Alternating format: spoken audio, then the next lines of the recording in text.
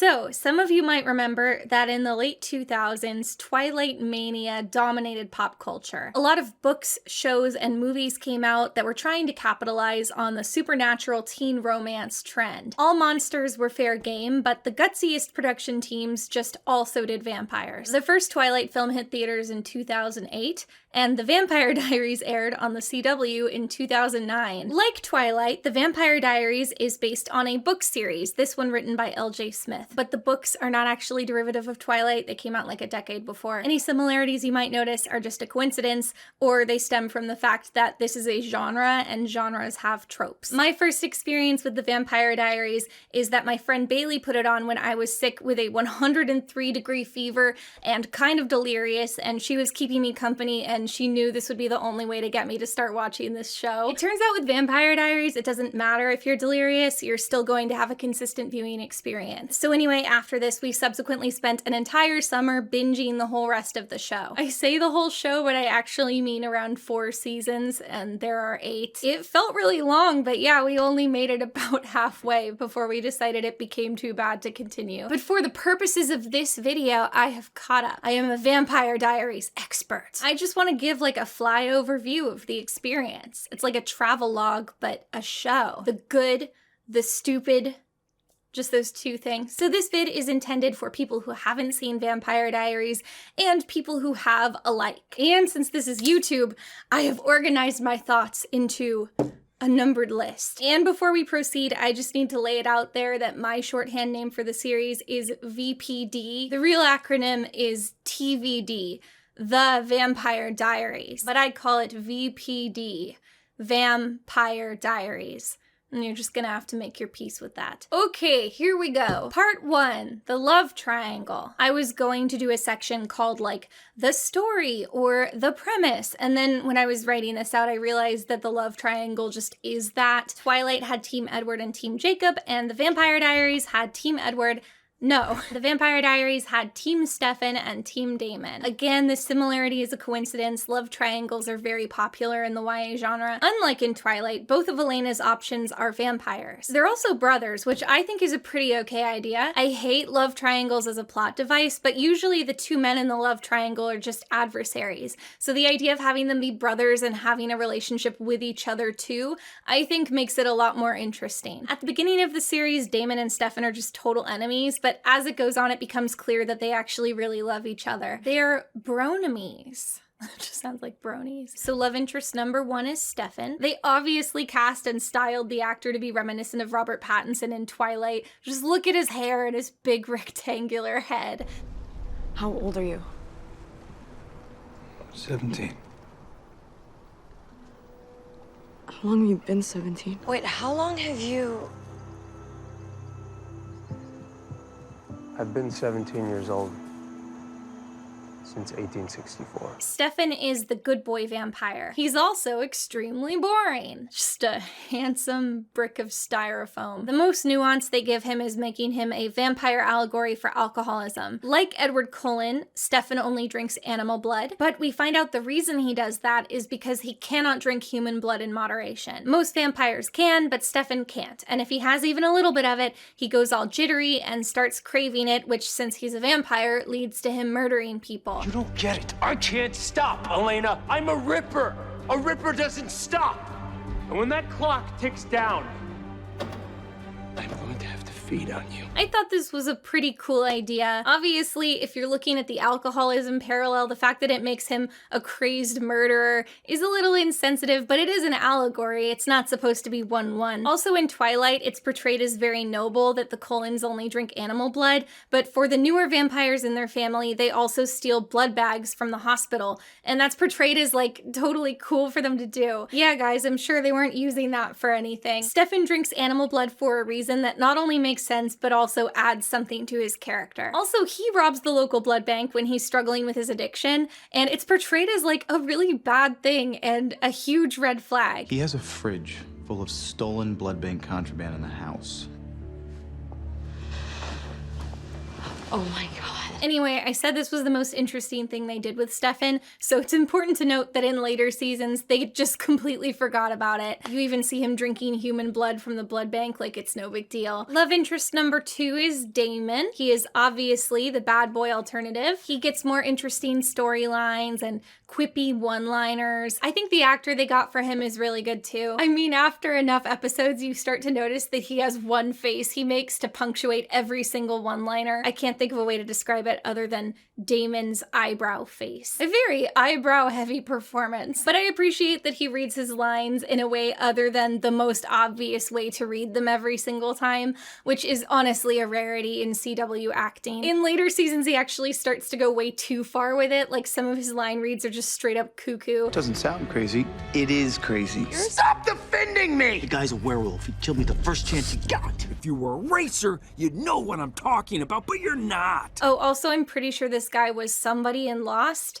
so I'm sure a lot of you were very angry that I just called him the actor they got to play Damon, but I didn't watch Lost, so you'll have to take me to court over that one. Anyway, Damon was the obvious fan favorite, and you could also tell by the way he was written that he was the writer's favorite. Let's just put a pin in that. Oh, it's a bulletin board. I can literally do that. I just dropped one and I can't find it.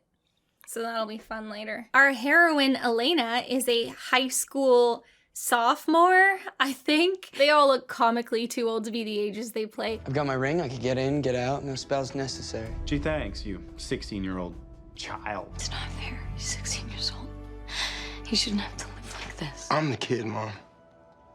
You're supposed to be responsible for me. Which only gets funnier when characters are vampires and theoretically frozen in age while their actors keep getting even older. Like, Damon is supposed to be 25 for the entire run of the show, and the actor is already too old when they cast him, and then he's pushing 40 when the series ends. So you look at Damon in season 8 and you're supposed to buy that this man was admitted into a high school dance. Anyway, Elena lives in Mystic Falls, Virginia, which has a history of supernatural activity. The vampire brothers are both in love with Elena because she looks identical to Catherine, the sexy evil lady who turned them both into vampires in the first place. I feel like we see this so often with vampires, where like if they love any modern woman, it's because she looks identical to a previous love that they had. I think that's so lame. Like I understand that people have a type, but that is taking it way too far. I think the reason we see it so much is that it's really good writing shorthand to not have to think of a reason that they love this person. So that's basically the premise of the show. These two vampires want to date Elena, and then every season a new supernatural threat comes to town, or I should say every half season they tend to break it up into shorter arcs, which honestly I like and am a fan of because it forces the show to move really fast and not waste time. So they'll bring in witches, werewolves, other vampires, just kind of whatever they decide exists that season. Number 2, the supporting cast. Elena has two best friends, Caroline and Bonnie. Well, it's kind of written like Caroline is the superficial cheer captain / acquaintance, and Bonnie is Elena's real best friend. See you guys later. Okay. Bye. No comment. At the beginning, they hang out with Caroline as like a group, but privately both of them seem to find her kind of annoying. Especially in the early episodes, we see that Bonnie is the one that Elena actually confides in. But Caroline is later turned into a vampire, which makes her much more involved in the central storylines. And Bonnie is employed as a very utilitarian character. She's a very powerful witch. I predict this year is going to be kick-ass. And I predict all the sad and dark times are over and you are going to be beyond happy.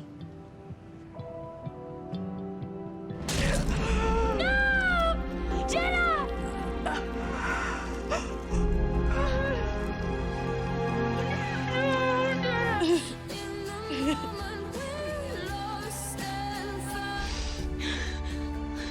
Please don't leave me. I don't want to be. I can't. I'm so sick of crying.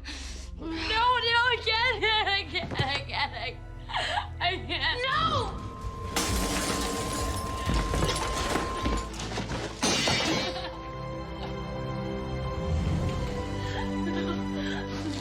Whenever the plot needs to move along, they'll just write in some new ability that Bonnie has. But then consequently, I feel like we see a lot more of her doing spells than having any kind of inner world. We're gonna go ahead and put a big pin in the character of Bonnie. Their group includes Matt, Elena's ex-boyfriend, now friend, who is mostly interesting because he stays a human for the whole series, which is quite a feat. Personality-wise, Matt is kind of like Kristoff from Frozen. Like, he's nice.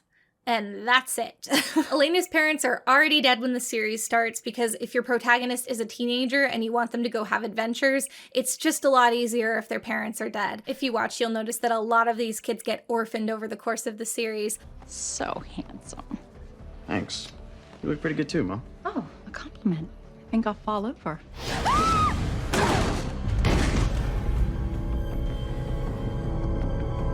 Anyway, Elena has a little brother named Jeremy, and their legal guardian is Jenna, the cool aunt.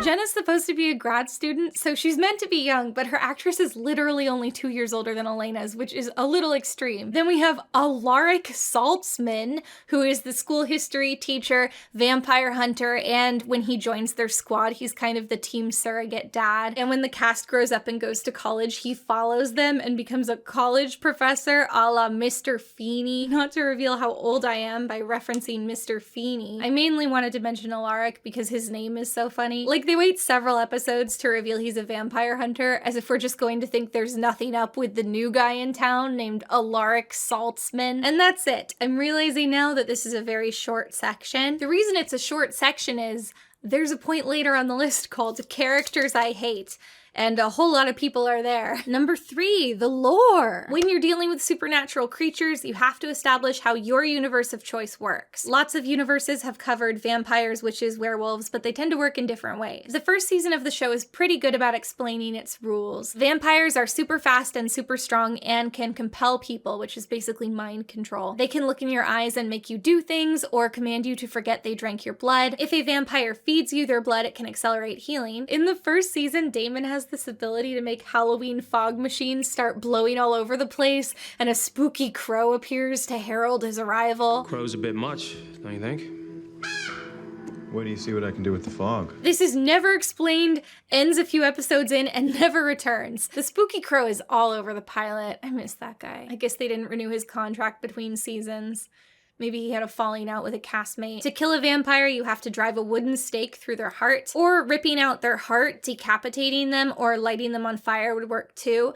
And if they go in the sun, they will light on fire themselves. More on that later. These vampires have to be invited into houses, which I love. That's such an underrated classic vampire rule. And when vampire stories write it out, you know they're taking themselves too seriously. They do some funny stuff with it too, like this newly turned vampire can't get into his own house. And next thing I know, I can't get into my house because my foot won't go through the door. You have to be invited in. I know.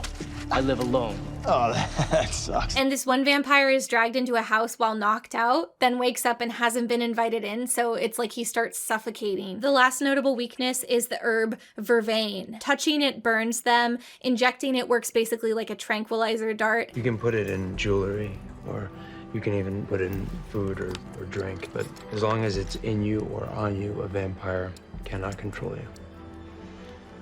Wow, so much to remember. You know. But my favorite quality about vervain is that if you trick a vampire into drinking it, they'll do a comedy spit take.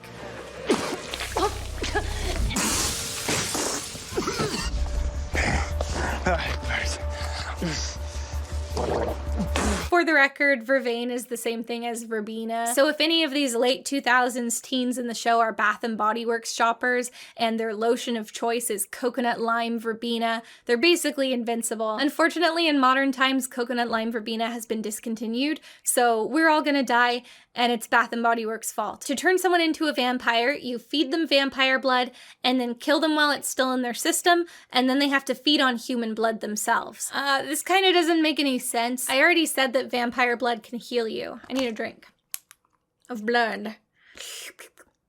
So we often see our human characters getting shot and stabbed and brought to death's door, and then a good vampire gives them their blood and they're fine. But then the most common way we'll see people get turned into vampires is they'll drink vampire blood and then get their neck snapped. So where does vampire blood magic draw the line between what injuries it can heal and what injuries it will turn you into a vampire from dying of? There's this really confusing story beat where Jeremy wants to become a vampire, so he drinks vampire blood and then takes a bunch of pills. But it doesn't work, and Stefan says it's because the vampire blood healed the poisoning from the pills as it was happening. What about the pills that he took? He didn't take enough to die, so Anna's blood actually healed him of that. But if it can heal an overdose or a serious abdominal wound, why can't it heal a broken neck? Or drowning? Oh, speaking of blood, vampires drink it. They can live on animal blood, but it has disadvantages. Damon explains that drinking human blood is what gives vampires their supernatural powers. So by drinking animal blood, Stefan is weaker physically, and also if he tries to compel people, it's like very hit or miss. If vampires don't drink any blood at all, it won't actually kill them. They'll just grow steadily weaker, and finally their body will start to desiccate, and they'll stay in kind of a stasis as a mummified corpse until they're fed blood again. So it's kind of like my relationship to G Fuel energy formula. Use code HORSEGIRL.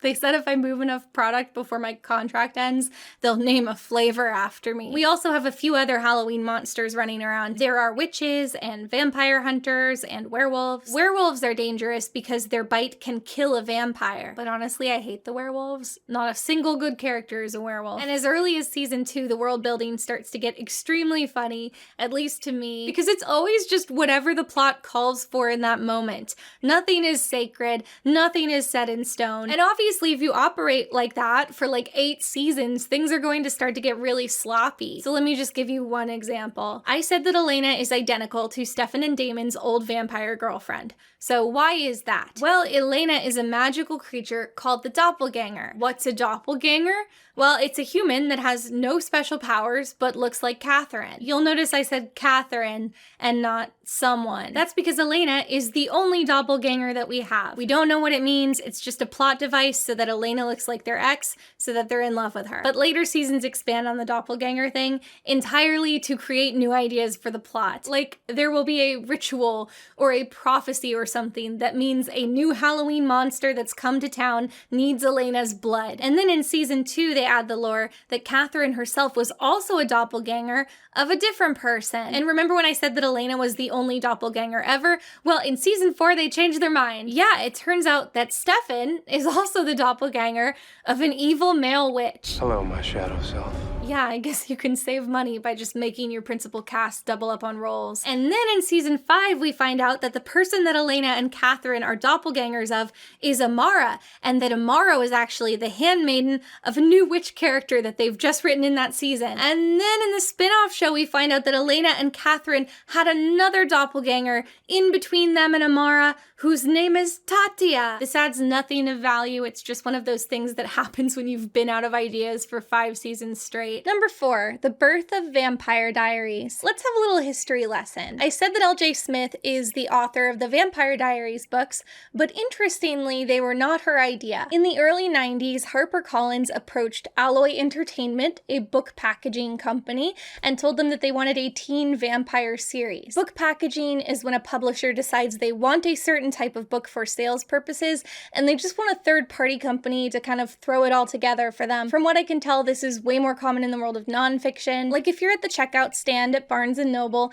and you see a coffee table book of photos or a novelty cookbook or a crocheting instructional book and it comes with a crochet hook and yarn, that was probably the result of book packaging. The publishing house went to the company and said, we want a crochet book to sell at Christmas time, and the book packaging company found someone who knew how to crochet, a photographer to take the pictures, someone to write the blurbs, etc. The book isn't anyone's baby, it's just a product that a company wanted to sell. Sometimes book packaging companies will develop a book in-house and then pitch it to publishing companies. And sometimes they handle children's book series where a bunch of different authors can each write different installments under a shared pseudonym. The Hardy Boys and Nancy Drew both came from book packaging. Alloy Entertainment specifically focuses on YA book series, and they're actually responsible for some pretty popular ones like Gossip Girl and Pretty Little Liars. So L.J. Smith, then a rookie author, was contracted on a work-for-hire basis to write a vampire series. And from what I can tell, Alloy really just said,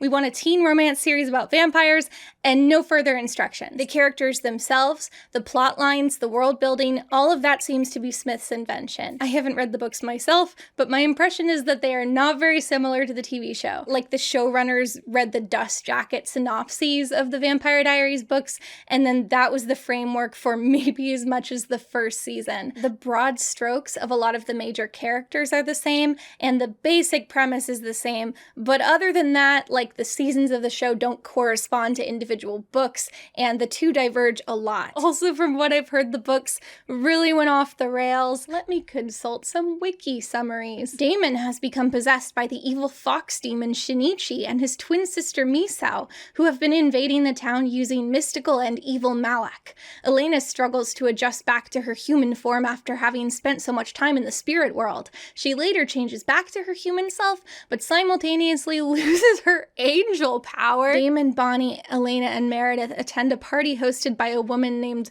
Bloodwood, who transforms into a huge owl every night.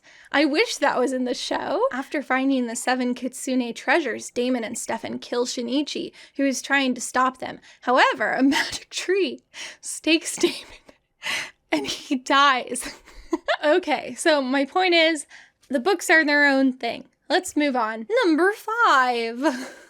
The dating tree. Why did I say it like that? Speaking of magic trees, so everyone dates everyone in the Vampire Diaries because this is a teen drama. That's just the way it goes. And also, I think the writers like to kind of test out different pairings and see what the viewers respond to. But it does make it a little funny when you look at just how interwoven the shipping chart gets. And for handy reference, I made one. There's nothing physical to hit, but I'm gonna put it right up there. And this tree is only canon pairings, where they've dated, kissed, or at least expressed interest in the other party during the show. If I was denoting popular fan pairings, the chart would look even crazier. You might be looking at this chart and asking yourself if there are any gay people on this show, and the answer is, for all intents and purposes, no. None of the core cast are anyway, unless you count like a kind of fetishized threesome that happens with one of the women one time and is never mentioned again. No, if we're being honest here, across 8 seasons of Vampire Diaries, there are 4 gay characters. First up is Caroline's dad. Caroline's dad left Caroline's mom before the events of the series because he's gay, and that's mainly used as a punchline, like, haha, she couldn't keep her man, he left her for a man. That's so embarrassing. Is it a boy thing? Mom, I want to talk boys. I'll call Dad. At least he's successfully dating one.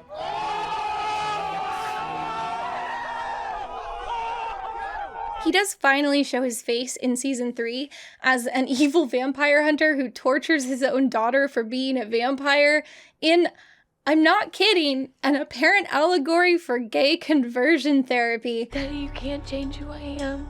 Yes, I can. No. You remember this feeling? Oh, no. It's not subtle. I want you to know, when Carol Lockwood called and told me about you, I sat down and cried. Dad, I'm okay. I've learned to adapt. I don't need to be fixed. I can't be fixed. That's definitely what they were trying to do, but also, why would they try to do that? Her cop mom and jock boyfriend have to save her from her evil gay dad. Then he threatens to tell the town council that Damon is a vampire, which the characters refer to as outing him, and when Caroline's dad dies, it's because he gets halfway turned into a vampire and refuses to drink blood to complete the transition. So if we're still tracking the metaphor in this whole story arc, Caroline is figuratively gay, and Caroline's gay dad is figuratively homophobic, and Caroline's dad is dying of an illness that only temporarily acting gay can cure. Doctor walks in and says, "I'm sorry, it's terminal unless you kiss one man one time." My strength is all in my beliefs. Becoming a vampire is wrong. And he's like, "I can't. I'm too straight." And then he dies. Oh, also when he's dying, Caroline is like, "Do you want me to call your boyfriend, who has only ever existed off screen and whom you have supposedly been living with?" Do you want me to call Steven? No, we haven't spoken in a while. And he's like, "No, Who cares? Season 5 gives us our next gay character, Luke, a gay witch. We know he's gay because he says, "I'm gay." I was about to take my shirt off. Relax. I'm gay and your brother. And other characters talk a lot about how he's gay. I'm pretty sure Damon is more of his type. We never see him with another man on screen. Before his first appearance, he apparently had been with some guy named David. David dumped my ass. I'd seen your frogs of all horrifying places. Oh man, David dumped you? And off screen, too. Luke shows up to a nice party, and his sister is like, "How did you get in?" Oh, a radiologist I met at the gym. Oh, yeah? Where is he, Luke? This guy who brought you to the party, where is he? Because he's not anywhere in frame. His sister mentions the radiologist again later. It's a singular twin, but he's sugar daddy radiologist. But he never shows his face. And then Luke dies in season 6. Season 7 gives us our first on-screen gay couple with a pair of lesbian witches who are dating each other. Let's see what else is out there together.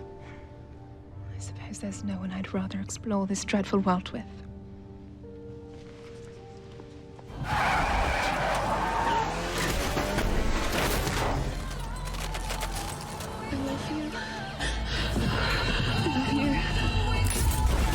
And that's it. Apparently Legacies, the new spin-off, has gay characters in it. I haven't seen it. Good for them, I guess. Number 6. Magic jewelry. If there's one thing girls like more than jewelry, it's magically significant jewelry. There are the daylight rings, which let vampires go out in the sun. In the first season, they're treated as like a really coveted object because you have to get a witch to make one for you, and witches don't like vampires. And you and Damon are the only ones with these nifty little daylight rings. But the longer the series goes on, it's like, well, you only need a couple witches who like vampires for every vampire in the series to have them. All done. We should get inside before sunrise. Bonnie made this for you yesterday. Then there's the Vampire Hunter ring, which brings the wearer back to life if they die of supernatural causes. You have lockets with vervain inside to protect the wearer from vampire compulsion. Elena, Caroline, and Jeremy all get those. Although, sidebar about the necklace, Stefan gets Elena to wear it before she knows about vampires because he wants her to be safe, but he can't tell her about it, so he can just give her jewelry. It's a good subtle way to get her to wear vervain. But after she does know about vampires, why doesn't she just start drinking vervain? There are multiple points in the show where somebody takes her necklace away from her and then immediately compels her. What is this vervain doing around here? And on the other hand, we have Caroline's mom, who finds out about the vampires in one episode, but she drinks vervain. So they have to hold her captive for like an entire day while the vervain passes out of her system before they can compel her to forget. So given the extreme difference in advantages, like even if she really likes the necklace, why doesn't Elena just also drink vervain and have both as a backup? These jewelry items honestly all seem like built-in merchandising opportunities, which might be calculated even though it was also in the book. And honestly, I'm fine with this kind of self-indulgence because I remember that when I was a kid, I really loved fantasy stories with magical jewelry. Remember when you'd go to the Scholastic Book Fair and some of the girls' books would be shrink-wrapped together with like a necklace or a charm bracelet as a selling point? I remember there were these Jewel Princess books. I couldn't tell you what they were about, but each of them came with a ring.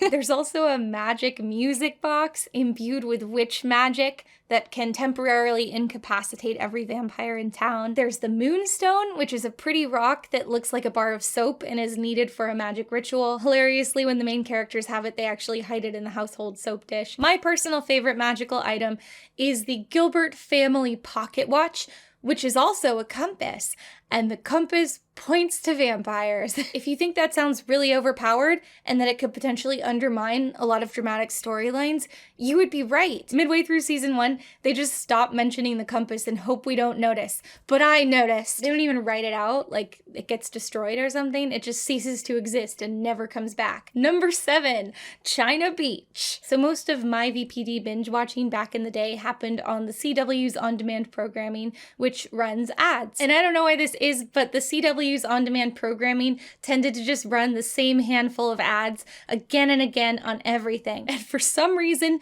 the one ad that played more than anything else was for the season 1 DVD box set of China Beach. The series that brought women to the front line. Ivy Jones, straight right now! And dared to show the other side of war. He gave him a home before he died so far away from it. This played so many times we could literally recite it from memory. Like, hey, you know what tweens watching a sexy vampire show want to buy? A DVD box set of a show from 1988 about the Vietnam War. China Beach. I didn't think you'd let me walk away from this. The juxtaposition is just so good.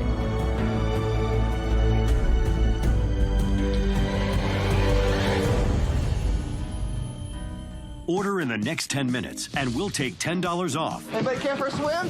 That's right. You'll get the complete first season. The trailer just does such a bad job of making the show look appealing to anyone that's not already familiar with it.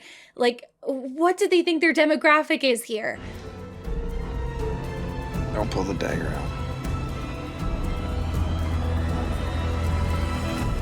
Order now, and we'll ship your complete first season for free. That's a savings of almost $7. I know what they want and I give it to them. This is my favorite line in the ad. It's just so grave. It matters to me. He's my brother. In Iowa, he's your brother.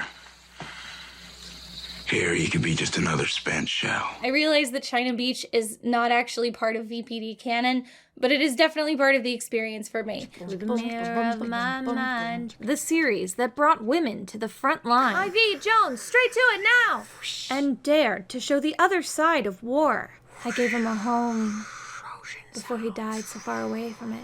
Hits the beach with the most anticipated DVD release in 25 years. I think it deserves its own page on the fan wiki. Number 8, product placement. Speaking of ads, the sponsors get a lot of love. With AT&T as your service provider, you can easily find the abandoned house where your kidnapped sister is being held captive. Or look up efficient torture methods for werewolves. Wolfsbane.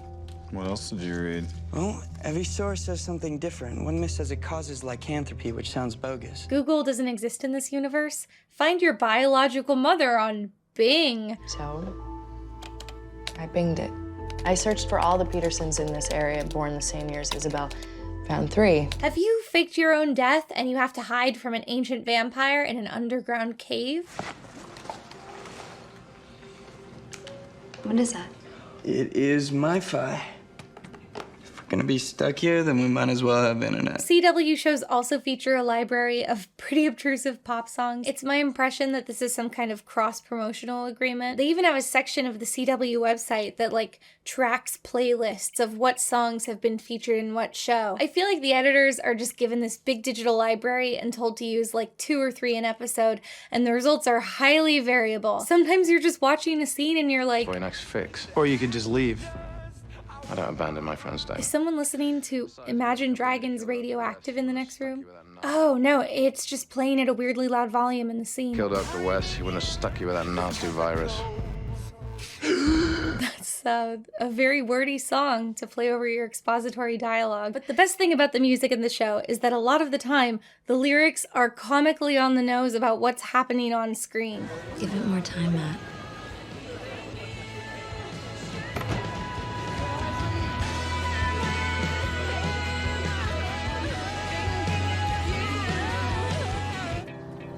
Okay. Hey, get your things, it's time to go. I don't deserve you. But my brother does.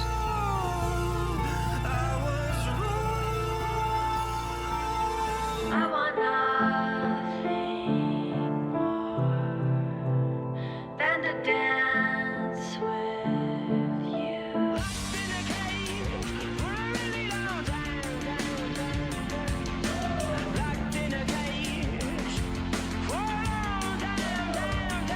I can't tell if the editors have a sense of humor about this or if they genuinely think this enhances the experience. Number 9, L.J. Smith. When I told you about the birth of the Vampire Diaries, I kind of buried the lead. I like to do that. It's like dramatic tension, but also this is YouTube, so like people might just click away and miss the interesting stuff. And it's my fault, but it's also their fault. Anyway, I'd like to talk about the book series author, L.J. Smith. So just like the TV show, the books had a love triangle of Stefan, Damon, and Elena. Just like on the show, Damon was overwhelmingly the fan favorite, and he was also the author favorite. However, he was not Alloway Entertainment's favorite. Allegedly, they saw where Smith was taking the story, and they told her that it had gone too far from their original vision, and that Elena had to end up with Stefan. Smith disagreed, and she was fired. Yeah, that's right. Remember that work work-for-hire stuff. Vampire Diaries is, for all intents and purposes, L.J. Smith's brainchild, but she does not own the series. Even so, I'm sure she felt a degree of job security after her books spawned a TV series and became famous, but she was wrong, and they fired her in 2011 as the show was entering its 3rd season. And all because they were Team Stefan.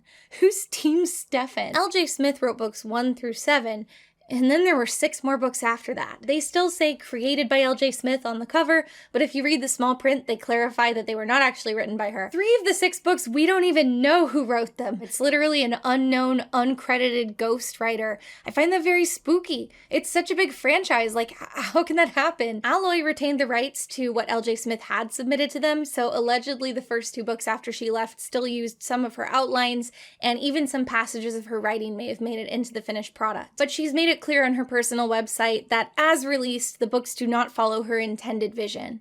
And I guess we'll just never know her intended vision, right? Some fans of the series bought the new ghostwritten books, and L.J. Smith charitably told them not to boycott it, God knows why. But a lot of her fans abandoned the series because it was inauthentic, and also it was a bad thing that Alloy did to her. And meanwhile, since she had already plotted them out, L.J. Smith went on writing the Vampire Diaries books that she wanted to write. But unfortunately, because she didn't own the rights to her characters, this writing would just have to go into her personal files, because there was no legal way to distribute them.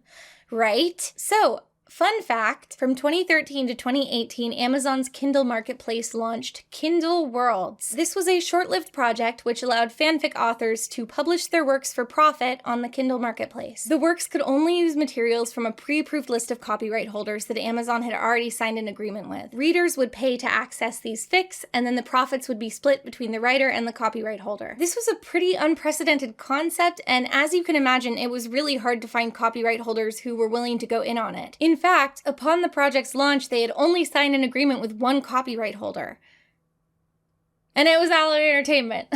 The properties available for use were Gossip Girl, Pretty Little Liars, and the Vampire Diaries. So, by an extremely weird twist of fate, L.J. Smith was able to not only publish, but profit off of her unreleased Vampire Diaries books, which were now fan fiction. I doubt she actually made that much money off it, but I am glad she got to get her work out there, and in the process make Alloy Entertainment look like fools, which in my opinion, they are. Really mean fools.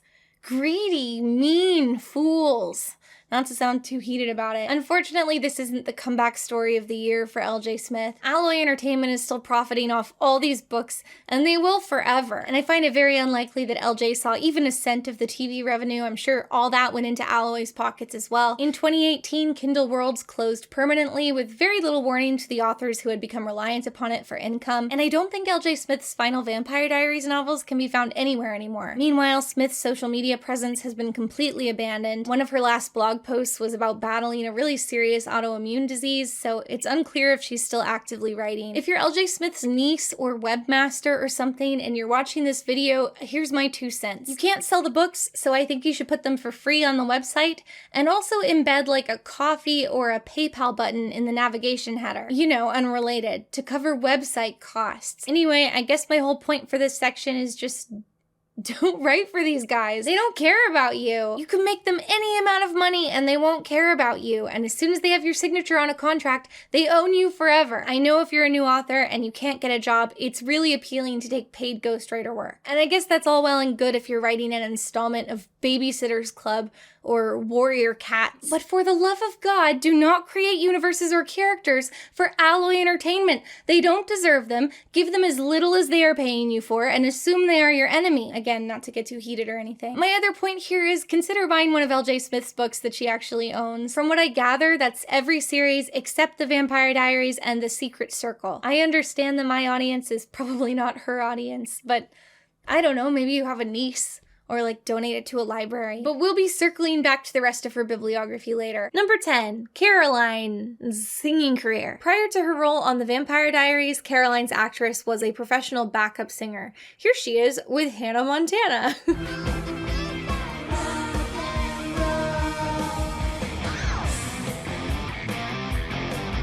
During VPD's run, she was seemingly trying to launch like a country music career. And so, of course, the show shoehorned in multiple situations in which she could sing songs.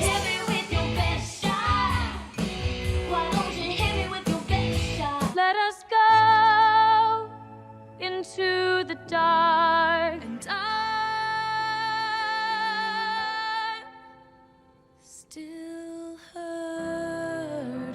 It's extremely unnatural every time. Look, we listened to you sing.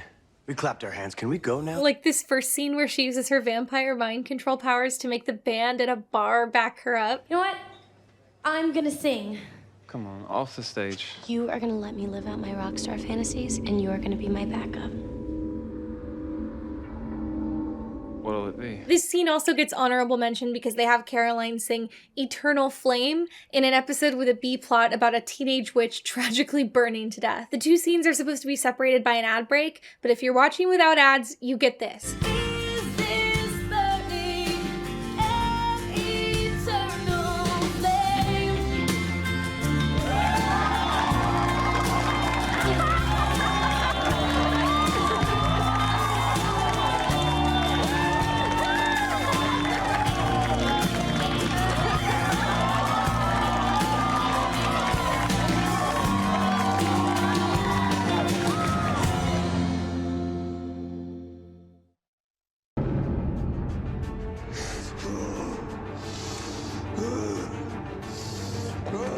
And of course, if you're watching with ads, you get this.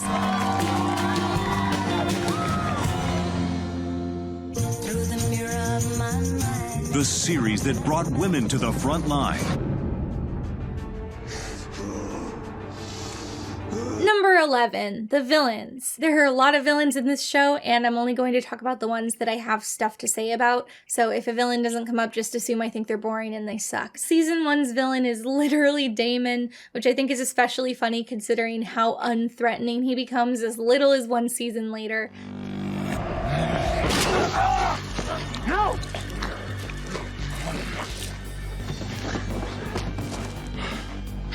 Anyone, anytime, any place.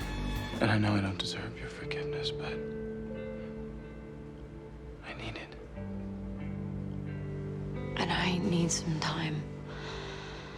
Maybe a lot of time.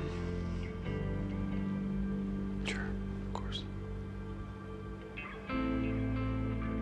Take all the time you need. Another early villain is the Council, these local families that have formed like a vampire hunting coalition. The Council is really lame. They're just like these old money jerks, and they're also way too inept to be threatening. Like when they're trying to figure out who the vampire in town is, they hold this Founders Day party. How's that search going? Oh, well, we had the founders party, and anyone who arrived during the day was eliminated as a suspect. Oh? And all the rest were just dead ends, so...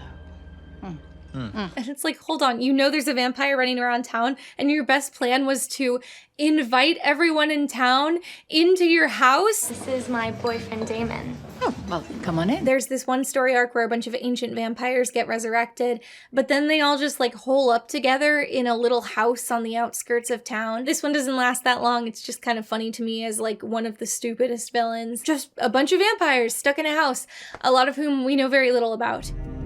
I hate this house. It's like a Goosebumps tier threat. Like, okay, thanks, I just won't move into that house and I'll be good. Every scene they have is them squabbling amongst themselves about how they don't like being in the house. I didn't stay locked up for 145 years to end up locked up here. Maybe you should quit complaining. And negotiating whether they can leave the house, to which the answer is always no. I'm tired of your rules. I want out of this house. Why can't we go into town? Eventually. Wow, the terror. Catherine is the vampire who looks just like Elena, obviously played by the same actress. They tell us at the beginning that she died a long time ago, but she's a vampire. Obviously she didn't die. Obviously she comes to town. Catherine isn't what I would call like a big bad of any of the seasons, but she's in a lot of them as just like a supplementary bad guy who comes around and causes drama. Oh. It's okay to love them both. I did. I really like Catherine. I think she's fun. The canon way to tell Catherine and Elena apart is that Catherine wears her hair in curls and Elena usually has it straight, but Elena also sometimes curls her hair, so that's kind of confusing. But fun fact, whenever the actress is playing Catherine, the hair is a wig. So they both have brown hair, but if Elena shows up and her hair looks a little too shiny and half a shade darker, it's Catherine. The most iconic villains are the originals. They are the first vampires ever made, from whom all current vampires are descended. Instead of being explicitly evil, they're just kind of working toward their own goals, and sometimes that puts them at odds with the main characters, which makes them a lot more interesting as villains to me. Also, despite being ancient, they bicker amongst themselves constantly, which is fun. If you don't shut your mouth, the next thing to come out of it will be your teeth. Don't start, Nick. I didn't say anything. Drop it! I want your family. Here's your family. Since they're older than the others, they have extra powers. Like, instead of just being able to compel humans, they can also compel other vampires. And staking them through the heart won't work unless it is wood from a particular rare tree. Klaus is notable for being a fan favorite because he's a bad boy who cries all the time. He's basically Diet Spike from Buffy. Like, he's made soft by the love of a woman. Are you going to kill me? On your birthday. Do you really think that low of me? He goes from indiscriminately killing supporting characters to making soulful pencil drawings of his favorite horse. I can appreciate his drama as a character. He's just so much. All the time. Don't make me do this to you again, Elijah! Go on, kill her. Come on, old man. Kill her. Kill her! I can't be killed! I have nothing to fear from any of you. He's always on, that Klaus. My favorite of all of them, and maybe my favorite character on the show, is Elijah, who's like a vampire's vampire. Like what Captain Barbossa is doing for Pirates of the Caribbean, Elijah is doing for the Vampire Diaries. Like, now that's a genre vampire. I mean, look at his entrance to the show.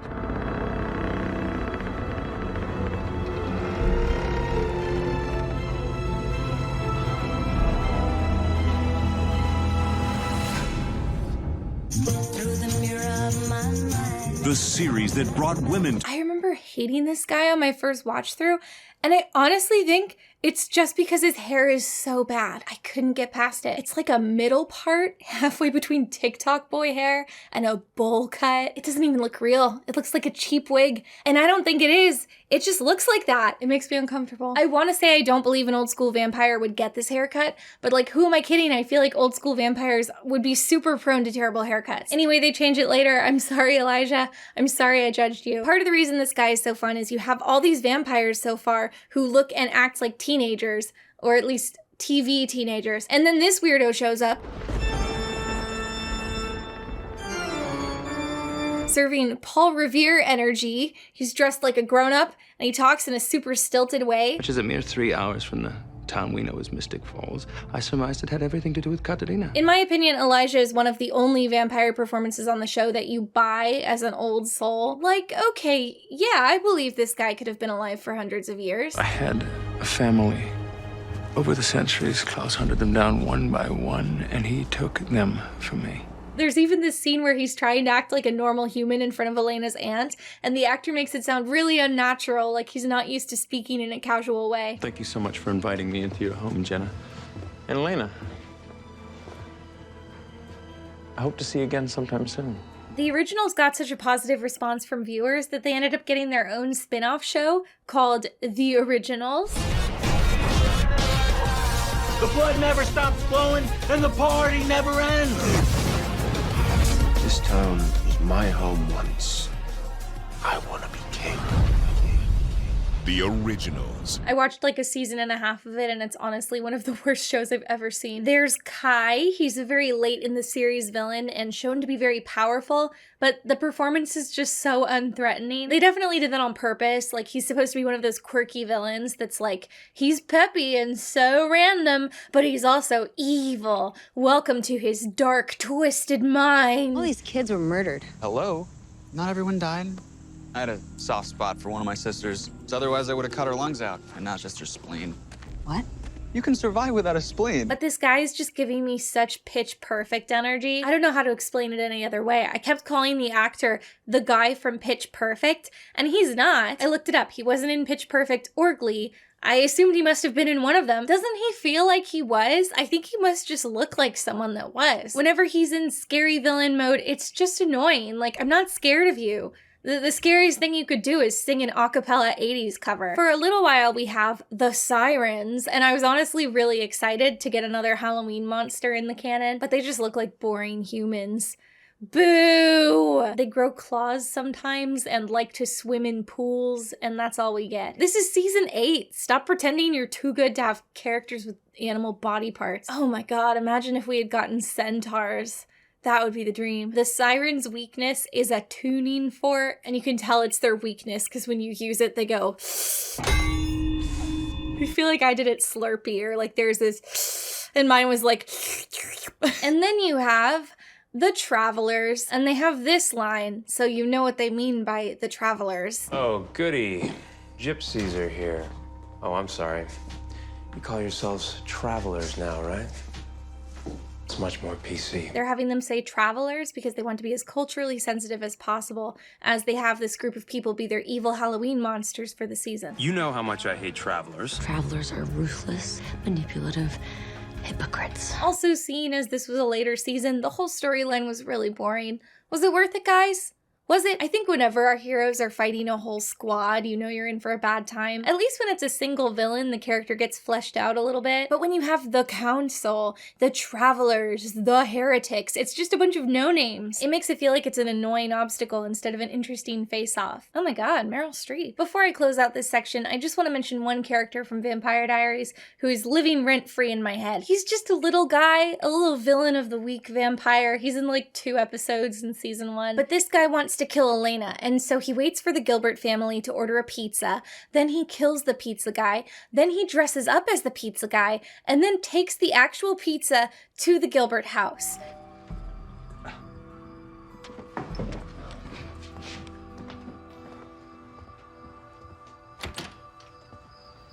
Hey, it's gonna be $22. Elena, I need the money! He does all this, assuming he'll be invited into Elena's house, as though people regularly invite pizza guys inside. Here, come in. Just put it on the table. His plan works, by the way, which is insane. It shouldn't have. And if it hadn't, then where would he be? He just spends God knows how long waiting for all the pieces of his plan to fall into place, only to deliver a pizza to Elena's little brother without incident, and then turn around and go home. And you have yourself a good night.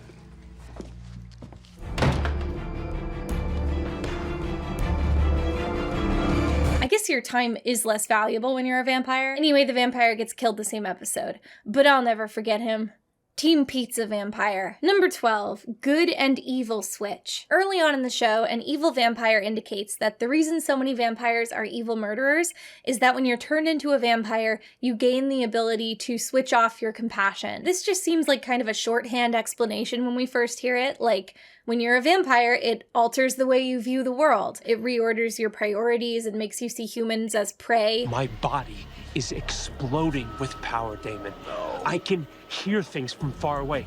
I can see through the darkness. I can move like it's magic. And the guilt, the pain, Damon, I can turn it off like a switch. So I took that to mean that when a vampire is good, it's because they're putting in some level of extra effort in order to maintain their humanity and not just kill everyone. But as the show goes on and the writing team gets shuffled around a little, this goodness switch becomes a very literal concept. Just turn off that pesky humanity switch. It's a vampire. Off switch is one of the biggest perks. Being undead gets you down. Voila. Well, is his humanity on or off? Yeah, I'm thinking there's another option here at play. A bit of a dimmer switch. Yeah, it turns out every vampire has an actual switch in their brain that they can flip to good or evil. I'm not gonna let you do this.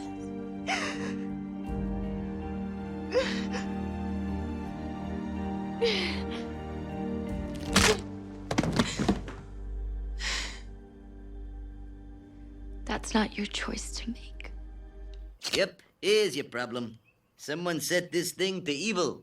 And they have it so if you really love someone or a loved one is in danger, they can basically talk you out of it and turn you good again. Which, again, initially seems like kind of an abstract concept, but then later seasons also make this painfully literal. They add this idea that you have what's called an emotional anchor, and that is the one or maybe 2 people who are capable of bringing you back. So we have this stupid episode where Caroline's humanity is off, but evil Caroline wants to stay that way. So she negotiates this weird humanity off chain where she's like, okay, Stefan can turn my humanity back on, so I need to blackmail Stefan to get him to turn his humanity off and keep Elena away because she could turn Stefan good, who could in turn turn me good, and I don't want that. Stefan wants to save Sarah's life. All he has to do is shut his humanity off. Through the mirror of my mind. The series that brought women to the front line. And Damon's like, don't worry, we'll free my mom from a prison world so she can turn Stefan's humanity on, and he can then turn her good because she's evil right now, and then we'll turn Caroline back. It goes from this place of like, even if a vampire is at their worst and most evil, they still love their family and that can push through, to like, a cookbook of how to turn people good again. That's all in one of the college seasons, which makes sense because those are the worst ones. I hate this kind of stuff because making it so literal also renders it completely uninteresting. You don't get as many morally gray character moments, and they don't often surprise you because they're either in good mode or evil mode and they act accordingly. And it diminishes the character's agency in anything they do because it basically splits them into two different characters. But I'm sure that lack of agency is on purpose because then you don't have to feel conflicted when villains get redeemed after doing really terrible things. All you have to do is flip the switch and David! No! Elena, I'm sorry. The viewers like that Damon is a bad boy, but he also has to be a good boy and totally devoted to Elena in order to be romantic. But if he's too much of a good guy, he'll become boring and unsexy. So whenever that happens, you can just have his humanity get switched off again, and he can spend another half season being evil and sexy for a while. Damon's last evil switch in season 8 is the funniest because of how over it everyone is. First, take your pick, because I'm gonna bury every one of you. He's running around threatening everybody like, I'm a very bad boy. I'm really evil this time. Damon, just go. Everybody's just like, ugh, cut it out, Damon. The writers also obviously do all this to give the actors a chance to flex those dramatic muscles, as clearly evidenced by the fact that the humanity switch is not the only way we get evil versions of the characters. They have Stefan's Ripper personality, which is when he drinks human blood and goes into a crazed bloodlust. I'm a Ripper! A Ripper doesn't stop! Also, I already mentioned the whole doppelganger thing. Elena has an evil doppelganger. Stefan has an evil doppelganger. Hello, my shadow self. Alaric gets possessed by one of the originals for a while and acts evil. Tyler gets possessed by Klaus. Tyler gets possessed by a traveler. Matt gets possessed by a traveler and does this accent. That's what the travelers want.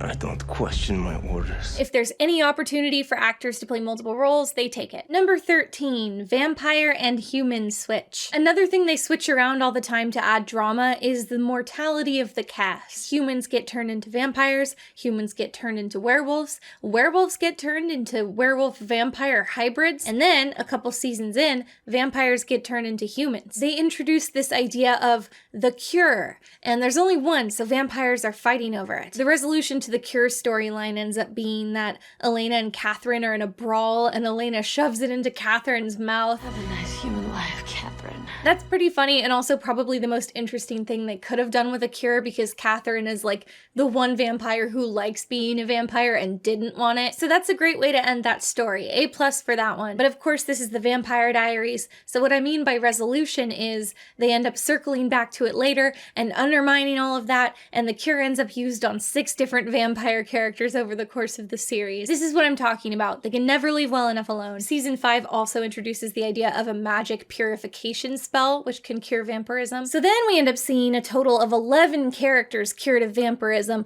plus countless unnamed extras who might happen to be in town. I said that thing earlier about how the vampire characters are supposed to freeze in time, and part of me feels like they introduced all these cures and had people getting cured and uncured intentionally to muddy the waters about exactly how old these people are supposed to look. For the record, it always bothered me just how many characters wanted the cure. I mean, I'd believe a few of them want it, but like fighting over it? And they're all pretty bad about articulating why they want it. I mean, I understand characters who are just resistant to becoming vampires in the first place. Just no thank you. Or no homo, as Caroline's dad would say. There are some drawbacks to being a vampire, but the characters on this show don't have a lot of those drawbacks. Here are all the drawbacks to being a vampire that I could think of. You'll notice I fit them on 2 post-its. You have to drink blood. Fortunately, the show establishes pretty early on that blood tastes yummy to vampires, so it's not gross, and also they can do this without having to kill people. Everyone you know will age and die without you, so yeah, that would be pretty lonely. Except in this show, loads of them are vampires. Best friend vampires,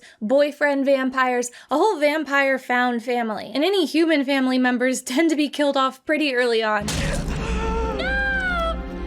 So that's not a factor anymore either. Can't go out in the sun. I don't do that anyway. Also, witches make rings, so you can go out in the sun. Can't stay in one place for too long, or people will notice that you're not aging. All the vampires in this show are super wealthy, so having to move frequently is not a problem. They can just travel the world if they want to. And even if you weren't a wealthy vampire, you could just compel people, so you're pretty well set for room and board. Evil vampires are constantly showing up to kill you. I debated whether to include this on the list because it seems like it's only a factor if you're a vampire who's also the star of a TV TV show, it's got to be easier to lie low and go off the grid than these people make it look, especially when you have mind control. So all I can say to these TV vampires is like, be better. And maybe if you settle down somewhere as you start making friends, just start turning so many people into vampires that you effectively have an army living in town. Is that evil advice? Am I the evil vampire? I might be, but it's still effective advice. There are things you can't do as a teenager, and if you're 17 forever, that will be annoying. Fortunately, none of the 17-year-olds in this show actually look 17, so I'm just gonna cross that one off. They will be able to rent cars and drink in bars to their heart's content. And the last one, can't lead a normal life. What even is a normal life? Because it seems very relative. As this list has established, there's not actually a lot you can't do as a vampire, so it's not a big deal. So I don't really see a lot of drawbacks here. But even so, I get when Elena is mad when, say, Damon feeds her his blood forcibly in case she dies because he wants her to become a vampire if it comes to that.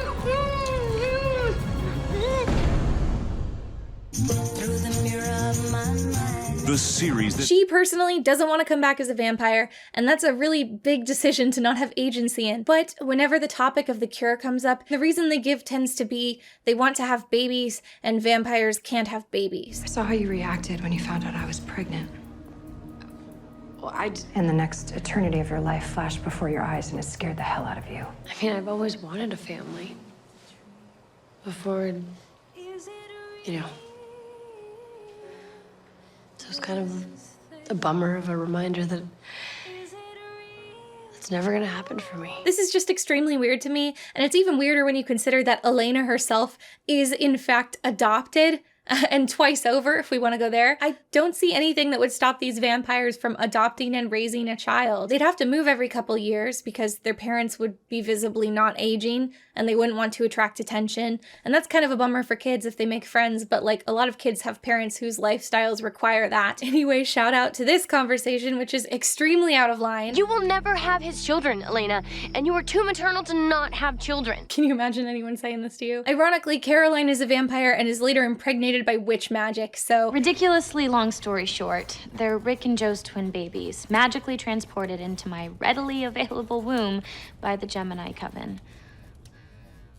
I feel like vampire media always has to be in love with the idea that it's better to be human because the audience is human. So it's weird if your conclusion is just, being a vampire is awesome! Hell yeah! Only Twilight had the guts to do that. So anyway, I get why they do this, but I don't have to like it. Number 14, Dead and Alive switch. I guess it goes without saying that any series with any kind of supernatural element has no respect for the boundaries of life and death. So this show frequently kills and unkills characters. It's funny because some of the deaths are permanent, either because the actor wants to leave the show or because the writers have run out of ideas of what to do with them. You'll notice a lot of the permadeaths are parents and guardians. No! Jenna! Whenever there's a permanent death, it's treated with a lot of gravity, like there's a big emotional send-off and a pop song, and sometimes a voiceover from the character or the implication that they're watching the surviving characters from heaven. You'll never be alone. Okay? I promise. I don't understand. Oh my God, you're a ghost. That's usually the best indicator as to whether a character is actually dead, but even then, they sometimes come back. But in most cases, if they get the big pop song, they're dead for good, and if they get anything less than that, they're coming back. Remember, this show even has a magical ring where if you die wearing it, you come back to life. And that ring pulls a lot of weight when we still have human cast members. Oh wait, did I say a magical ring?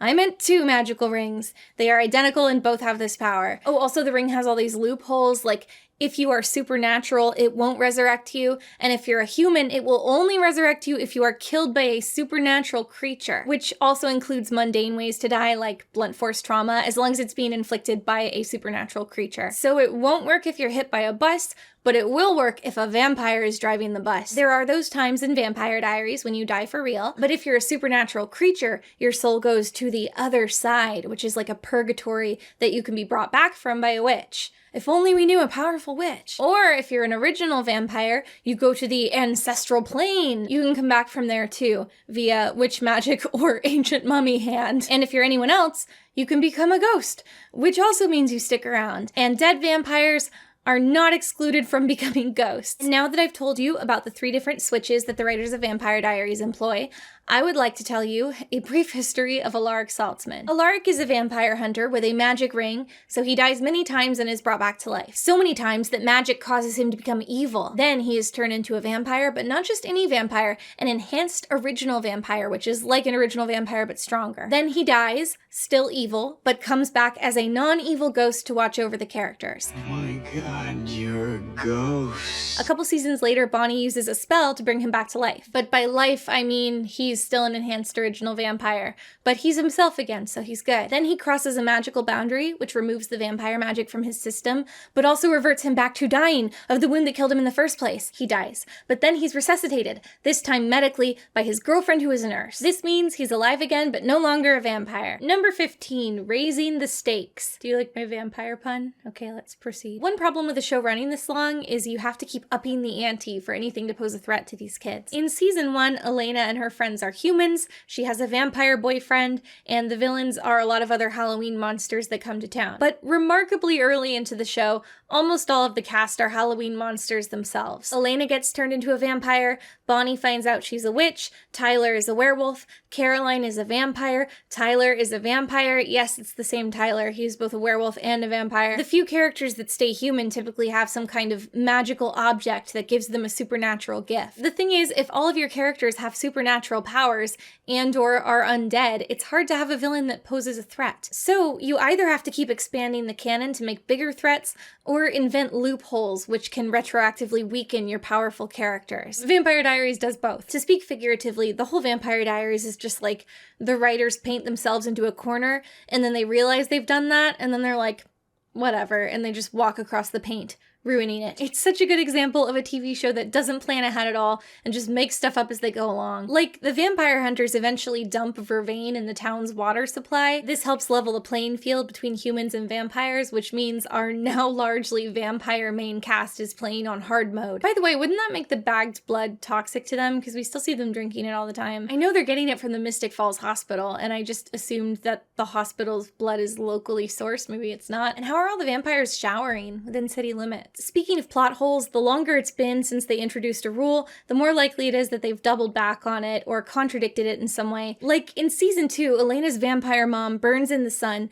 in the middle of this cemetery full of dead leaves and doesn't light anything on fire. So it's implied that the fire when a vampire burns in the sun is magical and thus only affects the vampire. But then in season 6, Elena is fighting a witch in the high school. She runs into the science lab, sticks her hand into the sunlight coming in through the window until it bursts into flame, then turns on the gas and turns her own burning hand into a flamethrower. I'm like 90% sure that's not supposed to work that way, but also I can't be mad at it. Like, how can that not put a smile on your face? The writers also keep adding newer and bigger villains who cancel out the old ones. Like, they add the original vampires, who can compel normal vampires and are stronger, so they're a pretty good threat. But then after a couple seasons, the originals are mostly on their side, so like, who are they gonna fight? And also, can't the originals now help them? That's okay, we'll add in an enhanced original vampire. It's like an original, but stronger. For the record, the spin-off gets something called an upgraded original vampire, which is similar to an enhanced original vampire, but it's made from a vampire instead of a human. So it's even stronger. So where do you go from there? How about the world's first immortal being? Now I know what you're thinking. That sounds a whole lot like an original vampire, but it's not. It came before that and is more powerful. The main cast has Bonnie, who's a Bennett witch, which we're told is the most powerful bloodline of witches. But then how will magical villains be a threat? Well, we'll add in an original witch. I'm not kidding. They did the same thing they did with the original vampires, just with witches. Also, there's another coven called the Gemini Coven, and they're the most powerful witches. I know I said the Bennett witches were the most powerful witches, but that was technically not a lie. The Gemini are only so powerful because they have two twin witches who absorb each other. So it's the power of two witches, so it's more powerful. Then we add the Travelers, a subculture of witches who are stronger because they've been around longer. I know that sounds like an original, but it's different. Forget those other two kinds of witches. These are the powerful ones. But after all this, what are you supposed to do for your final season? Like, where can you go from here to raise the stakes any further? Well, I left this out of the villain section because I wanted it to be a surprise. The season 8 villain is the devil. You want to save your brother? All you have to do is kill the devil. Arcadius is this ancient psychic who's a super nice guy until his village turns on him because he keeps trying to counsel them about their impure thoughts. The thing you imagine, brother,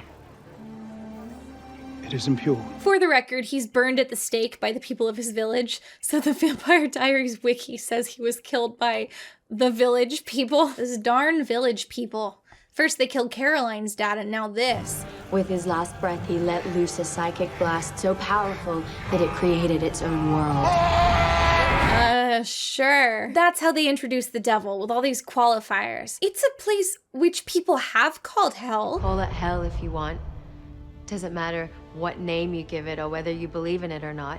Either way, that is where Cade feeds on the souls of the damned. He rules this hell-esque place, so some people have called him the devil. He's roughly equivalent to a sort of devil. They're clearly too embarrassed to just have this guy show up and be like, I'm the devil.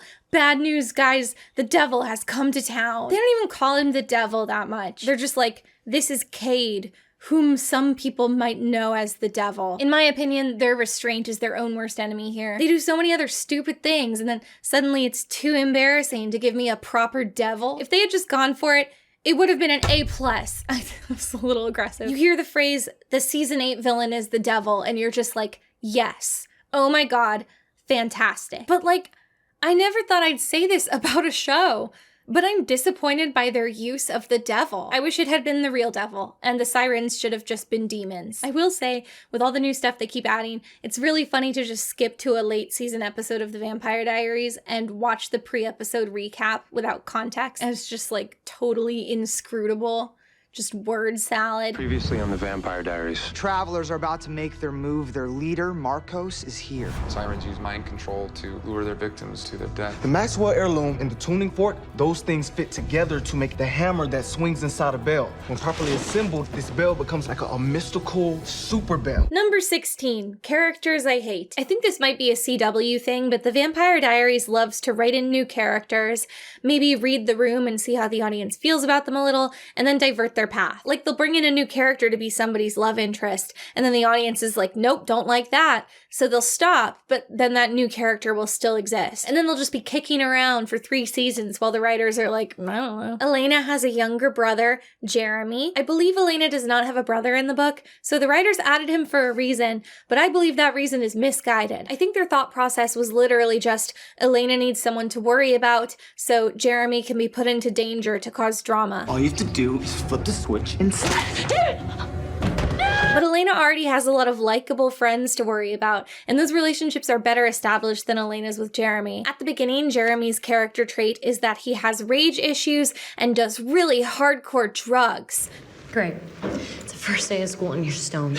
Is it on you? Stop, all right? You need to chill yourself, all right? Chill myself? What is that, stoner talk? Elena's parents died just before the start of the series, so Jeremy is acting out because of that. He's just perpetually grumpy and brooding about everything. You can tell the writers just never quite know what to do with him. A few seasons in, they try to make him a vampire hunter, and he whines about that like he whines about everything else. And then at least once a season, they introduce some new forgettable female character just for the express purpose of dating Jeremy, and only so he has something to do. And it's always boring because he's boring, and they always die. Also, the actor is just really stiff to me. He's like the walking embodiment of Jim from Treasure Planet with his early 2000s skater boy hair. He even talks in this weaselly little voice like he's voice acting one of those Disney ingenue boys like Aladdin or Hercules. It protects me from compulsion. Aztec curse, cool. I did a little research on that stone you showed me. I literally looked up interviews because I had to know if it was a character voice or if he just sounds like that. And the answer is he just sounds like that. I'm Steve McQueen. I played Jeremy Gilbert in Vampire Diaries and Jake in Piranha 3D. He just is a Disney ingenue boy in real life, and that makes it even funnier when they give him his vampire hunter subplot,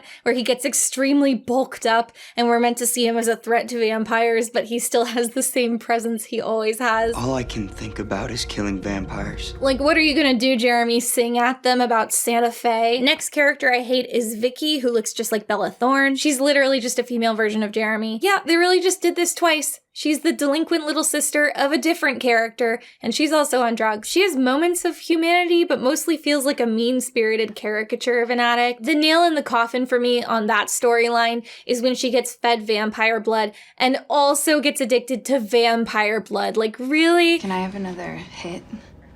That blood was so good. That's seriously her one trait, is just getting addicted to things. She dates Jeremy for a bit, which of course means she dies early on, but they have the audacity to bring her back as a ghost multiple times. Please appreciate that my bootleg shirt says when the show airs on the CW. Can I get the logo to match up? No. I hate Uncle John. He's Elena's uncle, but he's also her secret biological father, and he's also a vampire hunter. He's kind of an antagonist, but he has big Neil Patrick Harris energy, so I can't take him seriously. Even worse, they try to do scenes with him and Jeremy sometimes as kind of a father figure to him, and I'm just like, I can't. Speaking of parents, Elena's biological mother is Isabel, and I hate her too. You look just like her. It's eerie.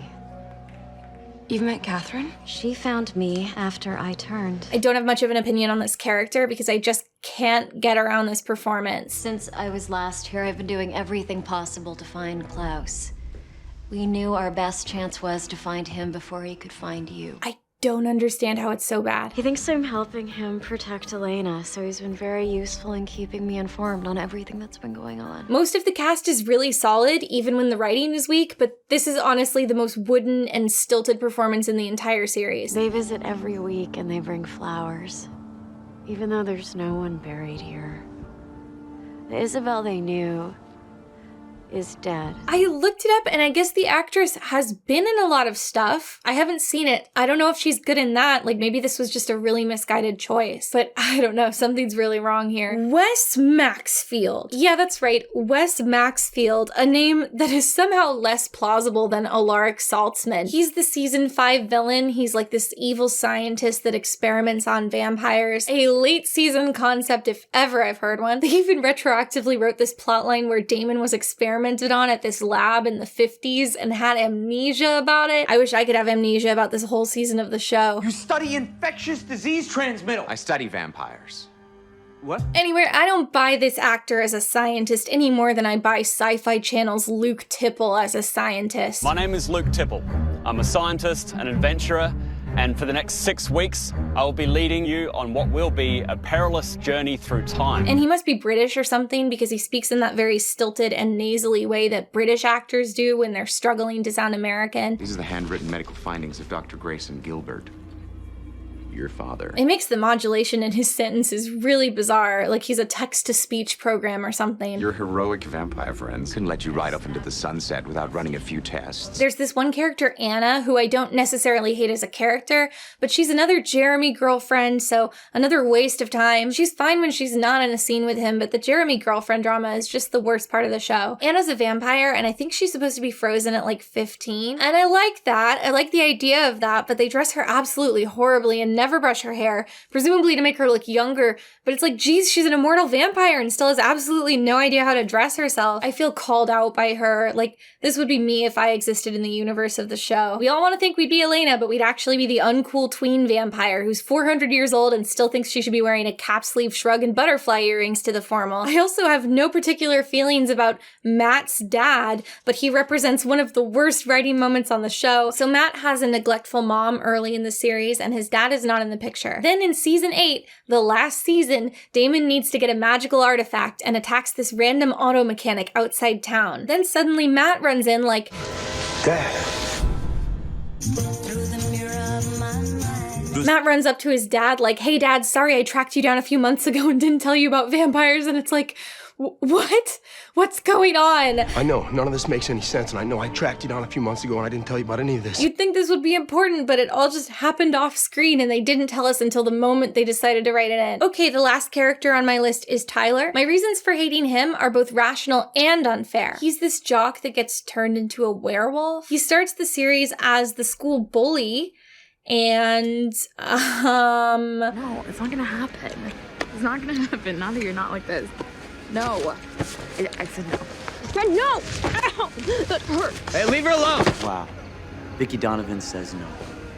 That's a first. He seems to have some other negative characteristics. Yeah, they just kind of throw this out there on the table and then never circle back to it, never address it again. He's a good guy. Or maybe that was supposed to be his latent werewolf aggression, and that makes it okay. Anyway, the unfair reason I hate him is just that he seems so stupid. Like, no thoughts, head empty. I think it's this actor more than the writing. Something about him just gives me such Zoolander energy. Tyler?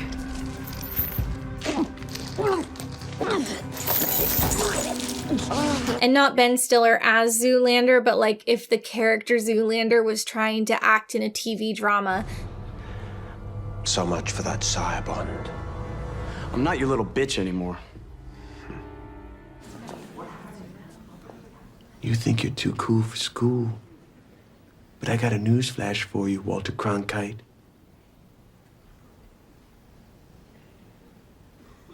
You aren't. Anyway, Tyler is a pretty major character and has a lot of screen time, but I dislike him so much that it kind of circles around to being fun when he's on screen. That's the nicest thing I've said about anyone in this section so far. Number 17, good stuff. Elena's friend Caroline is like the ditzy cheerleader archetype, and she gets turned into a vampire, and you sort of expect her to get killed off shortly afterward. They kind of like mention, they're like, well, we might have Caroline turn into a vampire. And I was like, great. Every female they've turned into a vampire has died. Like, this is it. But instead she's just a vampire with very little status quo change. She actually kind of thrives at it. Excuse me. Excuse me. Like, she still has all the same friends, and she goes to school and lives with her mom, but she's just a happy-go-lucky vampire now. And I like that. I think that's funny. Another nice thing about Caroline is that she's usually the one insisting the cast do normal human things. My favorite moments of the show are when they do relatable things that actual teenagers do, and those moments are surprisingly few and far between. But when they do happen, it's usually thanks to Caroline. Elena's friends in general are good. The actresses for Caroline, Elena, and Bonnie all have such good chemistry and feel like they're actually friends. That's part of why I said Jeremy was such a useless character, because Elena already has these girls to bond with and worry about. My favorite part of this show is all the villains. And I don't mean that the villains themselves are a slam dunk. A lot of them are too similar to each other, and the show starts to feel really repetitive in the later seasons. But specifically, the thing I like about the villains is that they tried to make all the villains sexy, and as such, a lot of the villains were fan favorites. And that meant that instead of just killing off the villains when their arc ended, the showrunners usually tried to keep them alive and just have them be defeated so they can return later. Or eventually, they would just reform them and have them stick around awkwardly as part of the friend group. I call this the My Little Pony solution, and I love it. I think it's cute and funny, and it's good every time. Speaking of redemption arcs, Damon is usually portrayed as like a morally gray guy who's in love with Elena, but otherwise this loose cannon who could kill anyone at any time. Anyone, anytime, any place. But of course, as his redemption arc plays out, they also have him bond with all the other supporting characters. Like, he hangs out with her brother, her teacher, her friends' moms. And I like that. I feel like so often when you have this story where a bad boy is redeemed by love, there's this big emphasis on the idea that he's only a nice guy for this one woman, and if she wasn't around, he'd still be super bad. I assume this is for the sexiness factor, but I don't know, it always bothers me. It makes it seem way less genuine that this bad boy is actually self-reflecting and trying to be a better person. In this series, it's very obvious that if Elena died, Damon would still have a moral compass and continue to be good and help her friends. It's especially obvious because, spoilers, Elena essentially does die, and that is what happens. We'll get to that later. And lest you think I'm exclusively Team Damon, I like Stefan. Stefan is on the list of things I like. I know I've been mean about him and called him boring, because he is, but he's a good guy. He's very Captain America-esque. We go in that house, we may not come back out. All right, then I won't come out. So noble, Stefan. I can't think of a better reason to die. Damon is the guy you want to watch a TV show about, but Stefan is the guy you would actually want to date. And I like the actor who plays him, who you can tell is very charismatic when he's given anything interesting to do, which is not often enough because, you know, it's Stefan. What else? I like that we're supposed to believe this as a freshman college dorm. Hey! Who are you? Oh, I'm Megan, your roommate. Man, a third roommate in our luxurious attic loft? How will we make enough room around the roaring fire? There's this old vampire named Michael, who, in my opinion, gave us the best death scene in the show.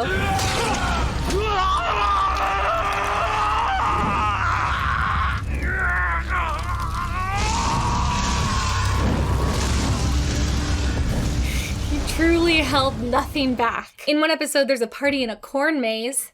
I love corn mazes, and I think that's everything. Number 18, the video game. In 1996, they released a Vampire Diaries point-and-click mystery adventure game for PC. I want to take away the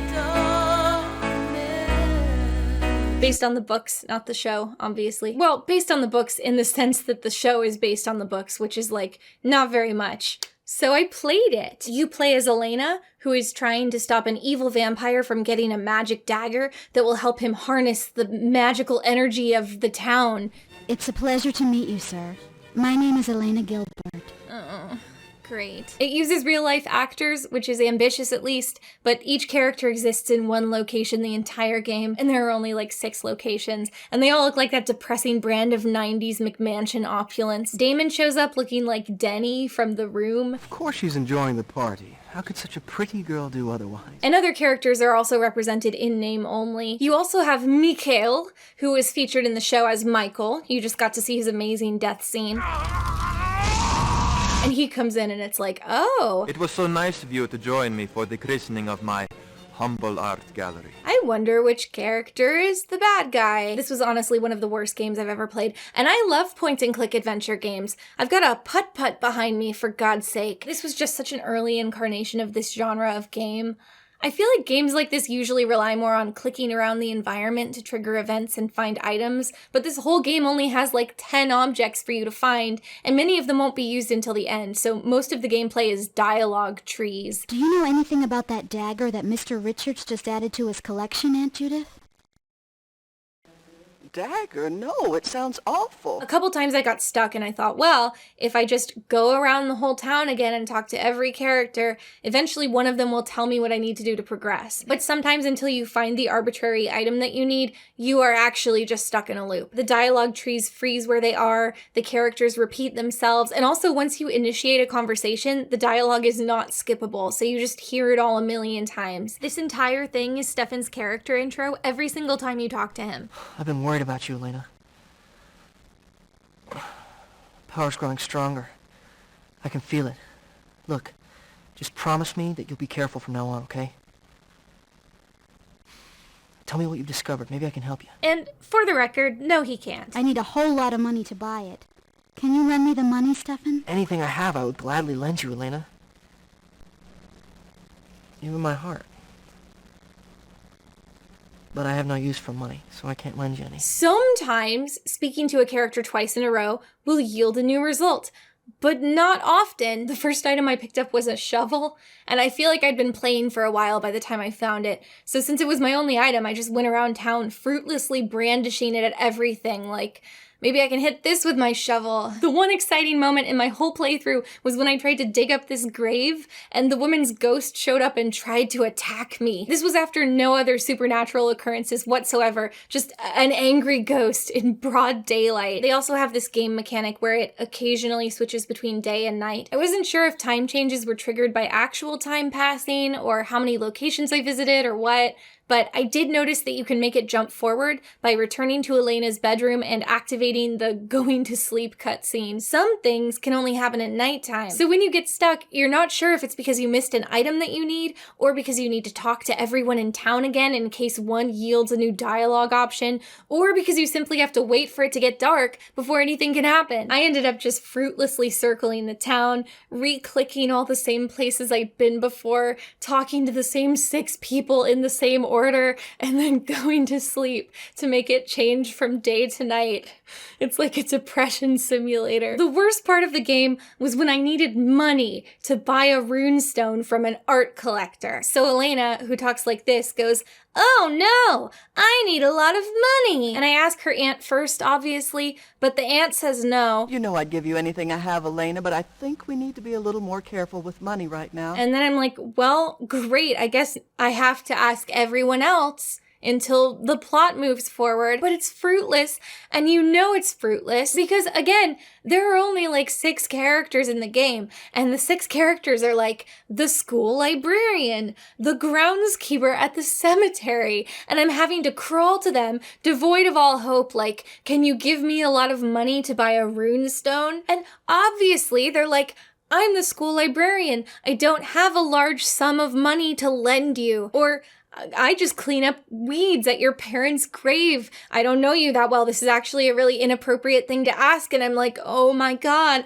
I know that, but the game is making me ask you. I didn't want to. The game is forcing me to humiliate myself and watch all these unskippable dialogue trees while characters explain this to me. It feels like the game is making fun of me. It also doesn't help that some of the items you pick up are so low res that you literally can't tell what they are. I thought this was like a prescription, a concert ticket. And then when I finally caved and looked up a walkthrough guide, I found out it was a book of matches. Speaking of the player's guide, I looked it up, and then as soon as I read it, I didn't feel bad about looking it up because I never would have gotten it without the guide. There's this item I picked up, which I thought was an African mask, but apparently was a large statue. And you're supposed to lay it across this trapdoor like a bridge and walk across it? Yeah, I could have played this game for 1,000 years and not gotten that. So after 4 hours of gameplay, and with the help of the walkthrough, I made it to this secret chamber, obtained the magic dagger, and then I could not find which part of the screen to click on to get out of this room. I circled for tens of minutes, I tried everything, I clicked every inch of the screen, and then I finally accepted that I would be going no further and just looked up gameplay footage. And you're just gonna have to be okay with the fact that I did that, because I'm not finishing this game. Okay, anyway, how did the game end? Elena defeats Mikhail, and it's kind of like impossible to even tell what's going on.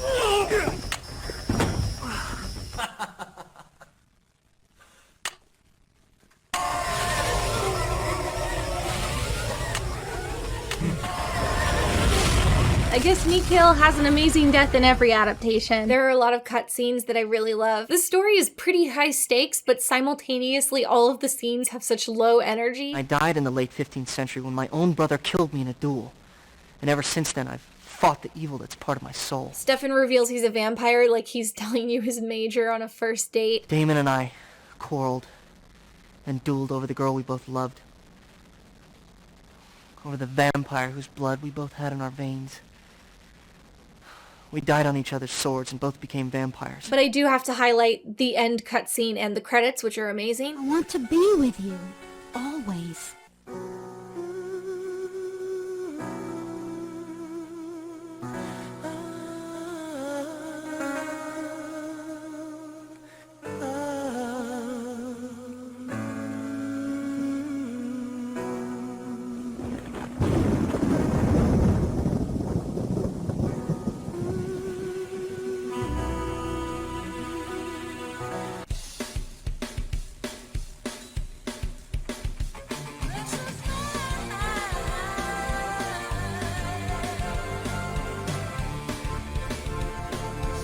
Number 19, the clothes. The wardrobe department is so aggressively hit or miss. I have this notion in my head that out there in Georgia somewhere, the CW just has a big warehouse of generically trendy clothing, and the wardrobe team probably has a really short turnaround and they're just kind of working with what they have. But man, with a cast this good looking, it is surprising how misguided some of these choices are. Elena does better than most, but that might just be because the actress has that willowy kind of build where clothes are mostly going to hang off her in a very neutral way. I mean, look at this fit. That dress ends in such a weird place. It's basically a long floral shirt. She's in evil mode this episode, so she's supposed to look intimidating, but she just looks like she forgot pants. Typically, Elena's signature look is skinny jeans and a solid colored long sleeve top in shades of blue or purple, and then she wears a lacy white cami top underneath. It's very 2000s, which I guess might mean it'll come back into fashion soon, so that'll be weird. I wore this stuff all the time. Do you remember when that was in fashion and they would like have shirts with a attached cami tops, or worse, fake cami tops, and then when you looked inside the shirt, it was just a triangle of fabric sewn into this area. In general, the signature Elena color is definitely purple, and Catherine definitely noticed this because it's usually what she wears when she's trying to impersonate her. The town of Mystic Falls has non-stop parties, events, and theme dances, like at least 3 per season, which is obviously just an excuse to dress the pretty actors in crazy costumes and period clothes like they're little dolls. And the vampires also have loads of flashbacks in various eras, so we get vintage clothes there too. Caroline is done the dirtiest by the wardrobe department. All these horribly gaudy pieces all at the same time, and just these weirdly unflattering and ill-fitting garments. This outfit from season 1 should have been burned. It looks like a maternity dress on her. Anyway, I do like that each of the characters has a unique and consistent style. Elena's outfits feel simple and casual, like you believe that a real teenager would wear them to high school. Bonnie dresses a little girlier, she wears a lot more ruffly tops and dresses, and she's queen of the cardigan. And Caroline wears garbage that she finds on the street. Number 20, The Vampire Diaries. Not the show, but the object. This show actually contains Vampire Diaries, and non-Vampire Diaries, I guess. The pilot and first season show Elena writing a lot in her journal, which the showrunners seemed annoyed to be shackled to because she drops it as the show goes on. But as if to justify the title, we do have other diaries sprinkled all throughout the show, and I like to watch for the diaries because I think it's cheesy every time. Stefan, like Elena, is a lifelong journaler, so that is a true vampire diary. Elena's ancestor maintained the Gilbert Journal, which is an important historical document and also a kind of vampire hunter's field guide. Jonathan Gilbert journaled his whole life, right down to the bitter, insane, drunken end. And the bad guys learn about the Gilbert Journal from a witch, Emily Bennett's own journal, not to mention all the plot-significant witches' grimoires, which, let's be honest, are also diaries. Damon maintains a video diary for a hot minute,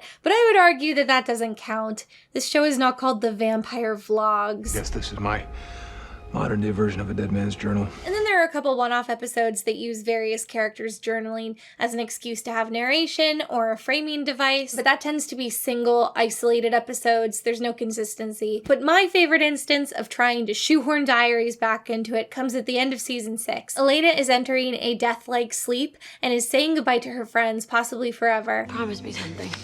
Both of you. Write it all down. Everything that you accomplish in your lives. Every crush, when you fall in love, when you start a family. Write it down. So that one day when I wake up, I can read all about my best friends' lives and feel like I was there. So yes, her parting words are, keep this diary for me. It's like somebody in the writer's room spat out their coffee like, oh my god, we forgot to have a vampire diary for like 4 years. Number 21. Racism. I bet those Vampire Diaries writers were getting really comfortable right about now, looking at the timeline and seeing that I hadn't mentioned racism yet. They're all settling in for a long winter's nap.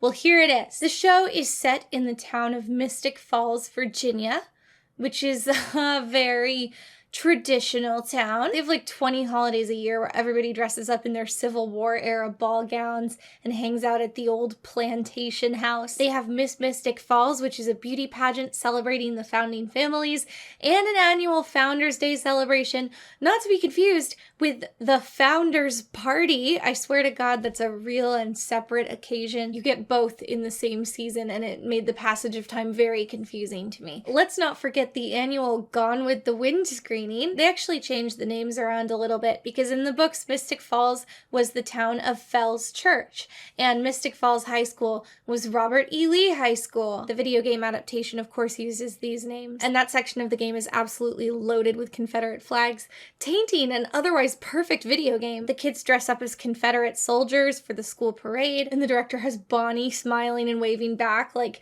no thoughts, head empty, nothing to see here. By the way, that float was a recreation of this moment in local history. We talked about it in class. Confederate soldiers fired on a church with civilians inside. Even the corn maze wasn't exempt. Hello, Confederate scarecrow. Is nothing sacred. And oh, I didn't forget about the Salvatores. Damon was a straight-up Confederate soldier, which they later amend to Confederate loafer and deserter. I guess that's supposed to make it better. I was simply having too much fun to return to battle. Your commitment to the Confederacy is inspiring. But there's this weird moment in the finale where Stefan is talking about Damon's good side, and he specifically cites his involvement in the Civil War as one of his positive attributes. The older brother I looked up to. The son who enlisted in the Civil War to please his father. Yeah, man, in the Confederate Army. Maybe leave that one out of the reference letter. Bonnie's ancestor, Emily Bennett, is famous in supernatural circles for being one of the most powerful witches ever. And she's also Catherine's slave. Oh, sorry, not slave. I meant handmaiden. Yeah, that's what they called black servants in the antebellum South. There's sort of this implication in the way it's acted that she and Catherine have a longer history, and maybe they're just putting on this servant charade while they're in the Confederate territory of Mystic Falls. Like, Emily always seems to be smirking secretively like it's a little game they're playing, like, oh, haha, we have fun here on this plantation. Anyway, maybe there are plenty of points on Emily's timeline where she is not a slave and she's just out there living her best life. But that's the point when we see her in every flashback. That's the outfit her ghost is apparently wearing for all eternity. Let's try to consult the wiki to learn more. Personality. Little is known about Emily's personality based on the number of flashbacks she appeared in, as she performed minimal roles in them. Cool! Bonnie herself is the only black person on the principal cast, and she never seems to wrestle with the idea that Mystic Falls has all this Confederate history, or that her ancestors were slaves. In fact, it's noteworthy that racism seems to just not exist in Mystic Falls. There's a suggestion of classism. And Amber Bradley is only on the court, so the pageant doesn't look like it's founding families only, which of course it is. Tyler's dad is the mayor, and there are multiple girlfriends he's afraid to bring home because they're not good enough to impress his parents. But the characters in question are always white. It's Vicky, right? Matt's sister. Yes, ma'am. That's what you get when you bring the trash into the party.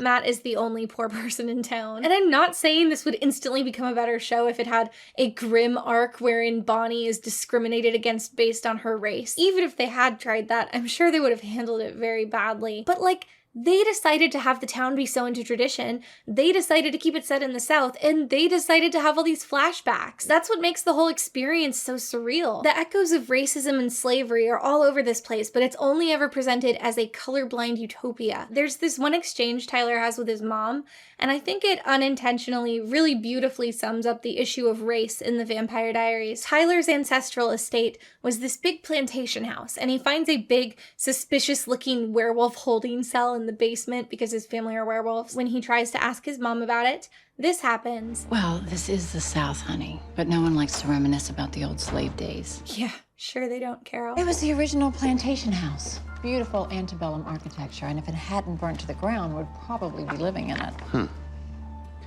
What's the deal with the freaky underground cellar? We don't talk about those kind of rooms. The house was beautiful, Tyler. A beautiful plantation house. But we don't talk about those rooms. Oh, that's weird. I don't have a post-it up on my creepy bulletin board for racism. I could have sworn I put one up there. Number 22, Elena leaves. At the end of season 6, the actress who played Elena decided she wanted to leave the show. There was a lot of drama surrounding her reasons for leaving, and the only reason she ever gave was that she felt Elena's story had reached an end. That's obviously a fake reason, because, like, CW shows never have natural, steady arcs. They just kind of putter around from season to season with greatly varying quality until the show ends. You can't tell me the show ran out of ideas for Elena after season 6 in any way they hadn't already run out of ideas after season 4. There's obviously a super dramatic fan theory about how she left the show because of her breakup with her co-star who plays Damon. They apparently dated for years and then broke up, and then he got married shortly before her decision to leave. I think that sounds fake. That's all I have to say about that. Sounds like little kid logic. I would wager that her departure had a much more boring explanation. Like, she was tired of living in Georgia for the bulk of the year. She had worked one job for the majority of her 20s and hadn't had an opportunity to go out for film roles. Maybe she asked for a bigger salary and didn't get it. Maybe she heard some potential storylines for season 7 and thought they were real dumb. Whatever the reason, with 6 seasons under her belt, I feel like it would be reasonable at this point for the showrunners to just end the show. But no, they continued it for 2 more seasons. How, you ask? Don't worry, I got you. So our pitch perfect villain hates the main characters, and loves drama, and he decides to place Elena under a sleeping curse, so she will be in a coma until the moment her best friend Bonnie dies. This is drama for all, but especially for Damon, who is in love with and dating Elena, because it forces him to either kill Bonnie or wait, like, I don't know, 80 years. Oh, and please don't go looking for some weird, witchy workaround. Because as the incredibly powerful leader of the Geminis, I rigged this so that if you do try to outsmart it, both you and Elena will die. Instantly. It also leaves the writers a convenient way to write Elena off indefinitely, but be able to suddenly bring her back if the opportunity arises. It's pretty dumb. And the villain should have just killed Elena. It's not like death is permanent in this series anyway. But hey, maybe they can make this work. I mean, yeah, it's a pretty bad sign when your lead actress decides she's over it and wants to leave. But it's not like Elena was the glue holding the Vampire Diaries together. For better or for worse, the Vampire Diaries is largely a fantasy about the hot boys that Elena is dating or could be dating. Elena, in her time on the show, was just the conduit for that fantasy. So as long as some girls are dating some sexy Halloween monsters, we've got a show. So let's embark on our next point. Number 23. The Elena problem. Elena was never a very fun character. You think I mean one thing by that, but I actually mean two things. You'll see, we'll get there. I don't want to make it sound like I hate Elena. I've already talked about characters that I hate, and she wasn't there. But at the end of the day, there's just not a lot to her. Elena is nice. She's very beautiful, and we're told she has all these good traits. It doesn't help that the series begins after what we're told has been a huge personality shift for Elena. In the pilot episode, she's returning to school for the first time after her parents died in a car crash over summer break. So we're told all this foundation to Elena that we just don't get to see. We are told last year she was popular, but now she doesn't like to go out and socialize that much. We are told she used to cheerlead, but she doesn't do it now. We are told she likes to read because she borrows a copy of Wuthering Heights one time and then never expresses an interest in literature again. Wuthering Heights by Alice Bell. I have lots of books. Go ahead. Keep it. Oh, no, but I would like to read it again. VPD does show us things about Elena too, but only in the broadest sense and in pretty unrelatable ways. It shows us that she's a good person, by which I mean that when vampires want to kill people, she's like, no, don't kill people. That's wrong. We're shown that she's loyal, by which I mean that when vampires want to kill her friends, she says, no, don't kill my friends. Take me instead. We're also shown that her family keeps stock photos in the frames they hang on their walls. But none of that is even the Elena problem. I'd like to focus on one particular thing we are told about Elena. It's the saddest thing, and the thing we're told the most often. Elena used to be fun. You don't seem like the cheerleader type, Elena. Oh, it's just because her parents died. Yeah, I mean, she's just totally going through a blah phase. She used to be way more fun. That she both was fun and had fun before the death of her parents. To me, I feel like you hear this concept at the beginning of a story and you think, maybe this will be resolved. Like maybe Elena needs to get her zest for life back. But she doesn't change or become more carefree or whatever, and the show doesn't concern itself with this. If anything, Stefan and Damon's interest in her seems to stem from how sullen she is, and the fact that she looks like their old girlfriend. Vampires. I don't want to say that a moody, introspective character is inherently a bad thing. Some people are just like that. But one of the characters that keeps mournfully telling us that Elena used to be fun is Elena.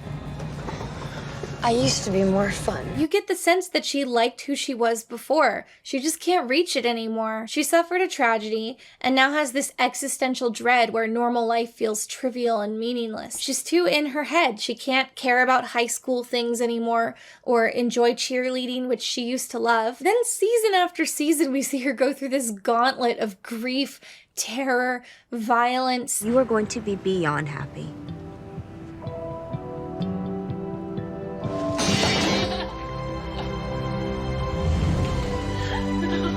If anything, the narrative confirms her worldview, like, your existential dread was right, Elena. The things that mattered to you emotionally and brought you joy are trivial in the face of giant world-ending problems that plague you constantly. Then Jeremy dies, and it's the straw that breaks the camel's back, and she switches her good switch to evil. But even in evil mode, she's not fun evil. She's like completely numb. I mean, listen to the on-the-nose pop song they play at the party she's throwing. You were trying to keep me from joining the party, so I brought the party here.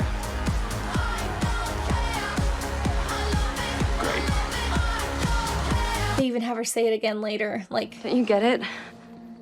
I don't care. Didn't you listen to my song? And contrast her against other vampires in evil mode. Other vampires are killing people, yeah, but they're also pouring margaritas and singing karaoke. And Elena is here like, I think I'll lie in the middle of the road. There's this sequence where evil Elena goes to a cheerleading competition just so she can feed on the other teams. And when it's time for their performance, Caroline gets tossed up in the air, and Elena is just like, what if I drop her? Like an intrusive thought that she just acts on to see what happens. And you look at her face after and she's not like, which is definitely how I'd be if I had just dropped Caroline, because it's hilarious. She's just totally blank. She wasn't mad. It didn't excite her or make her happy. She just doesn't feel anything. If you're wondering how the humanity switch plot gets resolved, Jeremy just comes back to life.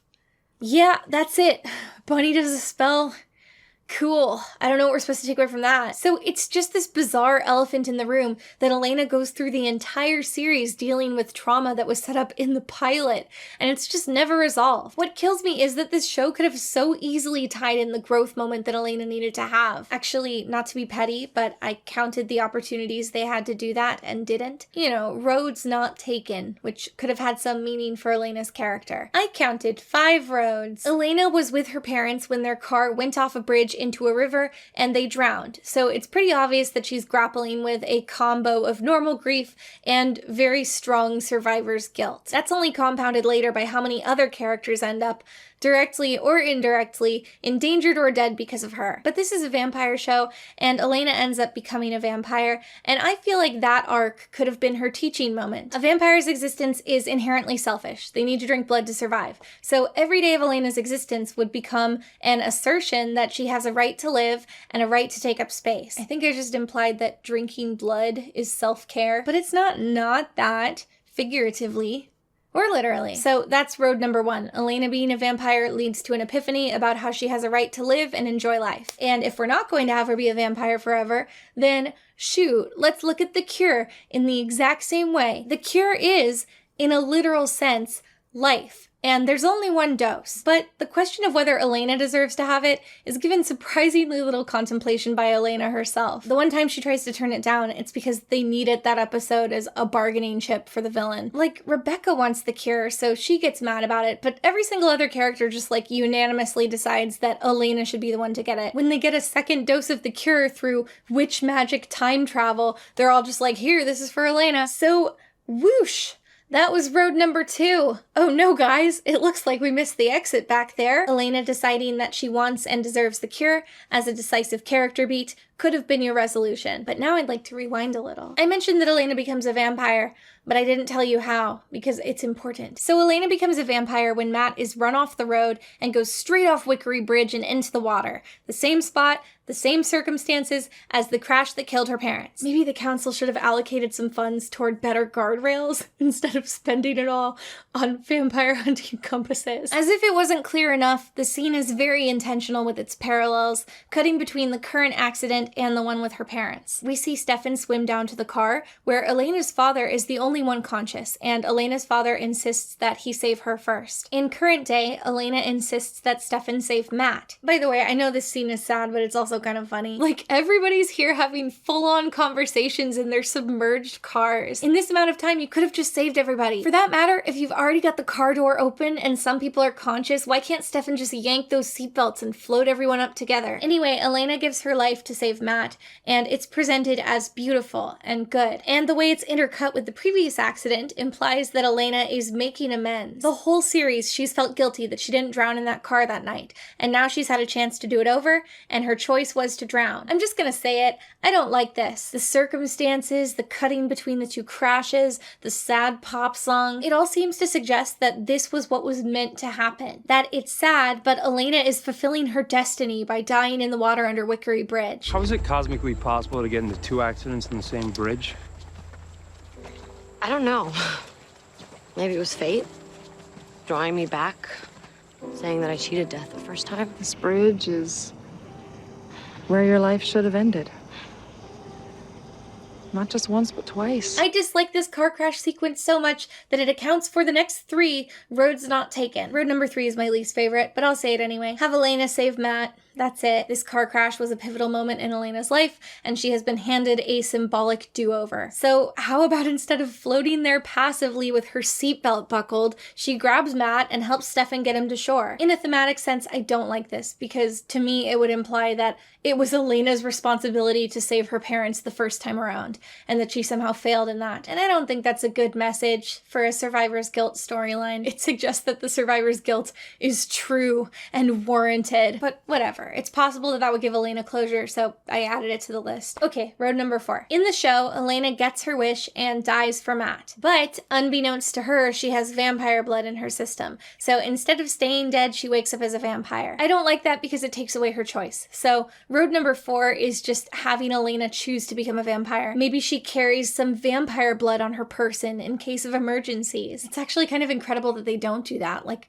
why doesn't every human character just do that all the time? In this universe, we are shown that you can just keep blood in a little vial at room temperature and it's indefinitely shelf stable. So like, Damon wants her to be a vampire, so maybe Damon has given her a vial of blood. Like, if you're ever in a life or death situation, drink this as opposed to dying. And she takes it to humor him, but she's like, okay, I don't want to be a vampire. I'm never going to drink this. So fast forward to the car crash, and she is now literally reliving the incident that her survivor's guilt tells her she shouldn't have survived the first time. And she can tell Stefan to save Matt or whatever when they swim away. And now we have this convenient scenario where she is trapped underwater with a ticking clock until she drowns, and she has to make this choice. So that's your opportunity for Elena to have a moment of like, no, I want to keep living at all costs. And you can still have angst later because she didn't want to be a vampire, but at least this is a way to wrap up one of her emotional story arcs. All right, and now road number 5. First, I don't want Matt in the car. I think it should be Jeremy. He's just her family, so it's a better parallel. And he has so little to do in the story anyway. From there, I figure she could die to save him like she did for Matt, and then come back a vampire and hate that she's a vampire. But then, like, the person she saves should have survivor's guilt. It's incredible that they didn't do that. Matt feels guilty, but it's not like traumatic survivor's guilt. It's like normal guilt. Like, oh man, I really owe you one, bro. How is she? I guess she's fine, considering. If there's anything I can do, short of giving her a ride, you'll let me know, right? I only lied because she told Stefan to save me first. She's a vampire because of me, so I'd like to pay it back or forward or whatever. So if Jeremy had survivor's guilt, like Elena had, Elena would now be seeing her own situation from the opposite perspective, and she would be able to see that there's no reason to feel guilty. I just feel like that could have been a healing experience for her. For how many seasons we were with Elena, I don't feel like we got to see an evolution. She didn't even have any other, like, minor flaws to work on, so I can't even be like, she became more confident, because she was always pretty self-possessed. The Elena in the series finale is functionally identical to the Elena we meet in the pilot, except she has a boyfriend now. So they have this final voiceover from Elena, and it's hitting a lot of the same beats as the voiceover from the pilot, and we're meant to be like, how far we've come. And it's like, yeah, how far we've come chronologically. It's been 8 years, and a lot of stuff has happened around you, but you've been standing still. And I owe it all to Stefan. When I met him, I had lost my parents, and I was dead inside. But he brought me back to life. How, Elena? When? It would have been nice as an audience to witness this change. If Elena is any happier in the finale, it's not for any introspective reason. It's just because the devil is dead. So the evil is defeated and there's no more drama. And that's not even anything Elena did. Her friends did it while she was asleep, which, good for them. But how is that in any way instructive to the audience? What relatable narrative can we take away from that? The moral of this story is really just take naps, kill the devil, get a boyfriend. Words to live by, I guess. Number 24, the Bonnie problem. So, for the majority of the series, Bonnie had a pretty adversarial relationship with Damon. Fans of the show already know where I'm going with this one. It's established that witches and vampires are already kind of natural enemies because witches work closely together with nature and the elements, and vampires are supernatural abominations. But also he's a jerk. They always get annoyed at each other. Where'd Caroline run up to? Do yourself a favor, Damon, and don't ask me about Caroline. If I do this, you and me, call a truce. No. He probably would have already killed her 50 times over if Elena wouldn't get mad about it. Also, I don't know if Bonnie is aware of that time he served in the Confederate Army, but like, that can't have helped. Anyway, in season 6, Bonnie and Damon get trapped together in a magical realm. I don't feel like explaining it beyond that, but season 6 is basically the Bonnie-Damon corporate team building retreat. So Damon and Bonnie bond, and then at the end of season 6, Elena gets put under that aforementioned sleeping curse. And remember, the curse goes until Bonnie is dead. If Damon wanted to see Elena anytime soon, he would have to kill Bonnie. Which is drama because not only does Elena love Bonnie, but now Damon loves Bonnie too. And by Damon loves Bonnie, I mean platonically. Or do I? The Damon-Bonnie relationship more or less dominated 2 entire seasons of this show, but the writers were dead set against just having them date each other. And that's very stupid, because what did I say earlier? Elena is just a conduit. The whole point of the show is to have somebody dating all these eligible vampires. Doesn't really matter who, as long as they're likable enough to serve as an audience surrogate. If nobody is allowed to date Damon but Elena, and Elena is dead in a coffin, that means the most popular vampire boyfriend on the show is now rendered celibate. The last thing anyone wants to deal with for the next 6 decades is a cranky, bitter, sexless Damon Salvatore, okay? Elena would never do that to us, which is why she gave you very clear instructions to live your life. How does the writer's room reconcile that?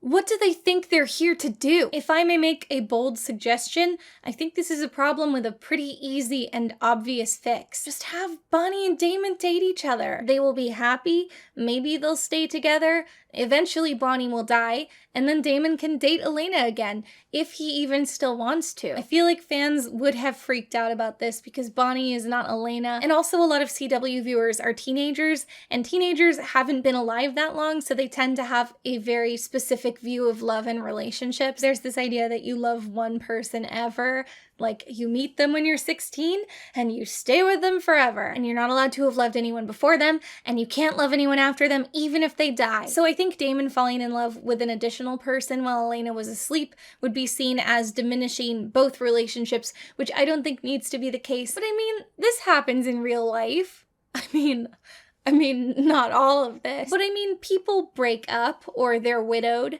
and they find new and fulfilling relationships, and it doesn't erase the old ones. And I think, especially when your story deals with immortal characters, that is an interesting topic to explore. I mean, they're living multiple lifetimes and the people around them generally aren't, and they still have the bodies and emotional turmoil of teenagers. It stands to reason that vampires would contextualize love and monogamy in very different ways than our typical of mortal humans. She will always be an epic love. Contrary to popular belief, there are actually multiple ones, especially for a vampire. And I mean, odds are Elena is going to be asleep for 80 years. That's the most literal case of we were on a break that I can possibly imagine. People open up relationships when they're going to college in different states, but Elena being dead in a box isn't enough for you people. And if you think about it, Bonnie is probably the okayest person he could date, because by magical decree, she and Elena are not allowed to exist at the same time.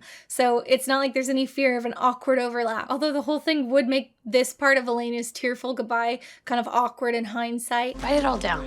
Everything that you accomplish in your lives. Every crush, when you fall in love. But the thing is, once Elena died, they gave Bonnie a lot more screen time, and a lot more of her personality came through in the writing. And the actress has good chemistry with Damon, who she spends a lot of scenes with. Elena was the protagonist for 6 seasons, and still mostly felt like she would just be whatever a scene called for in a given moment. Also, her actress has this, like, Elena voice, where she like clenches up her jaw and slurs all her words. But now, with all these secrets just piling up, is there a way to break it? 6 a.m.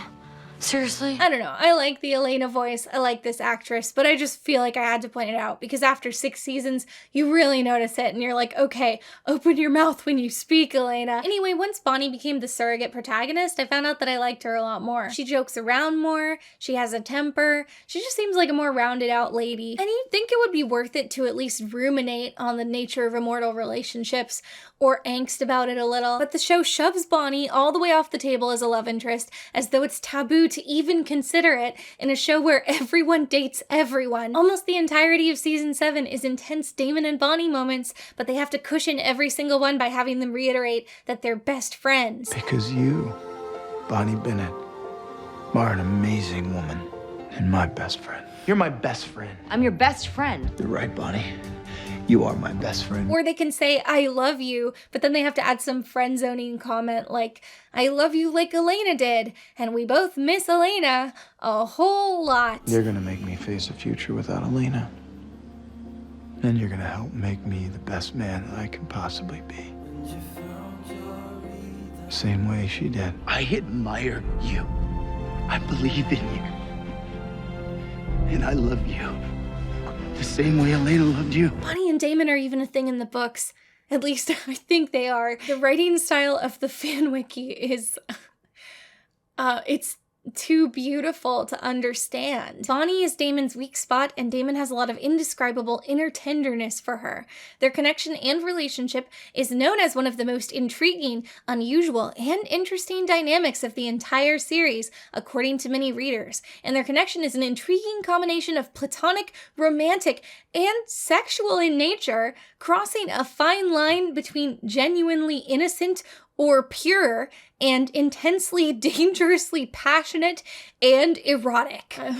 Yeah, I have no idea what's going on there. It's like the explanation equivalent of breaking even. So, I hear you asking, who does Bonnie date instead? Honestly, the writers always treated all of Bonnie's relationships as a total afterthought. She spends a lot of the series shackled to Jeremy, the worst character, as if any girl in high school would date the little brother of her friend. And even when she's with him, he's still cheating on her with the ghosts of his 2 ex-girlfriends, mere episodes after she used witch magic to literally raise him from the dead.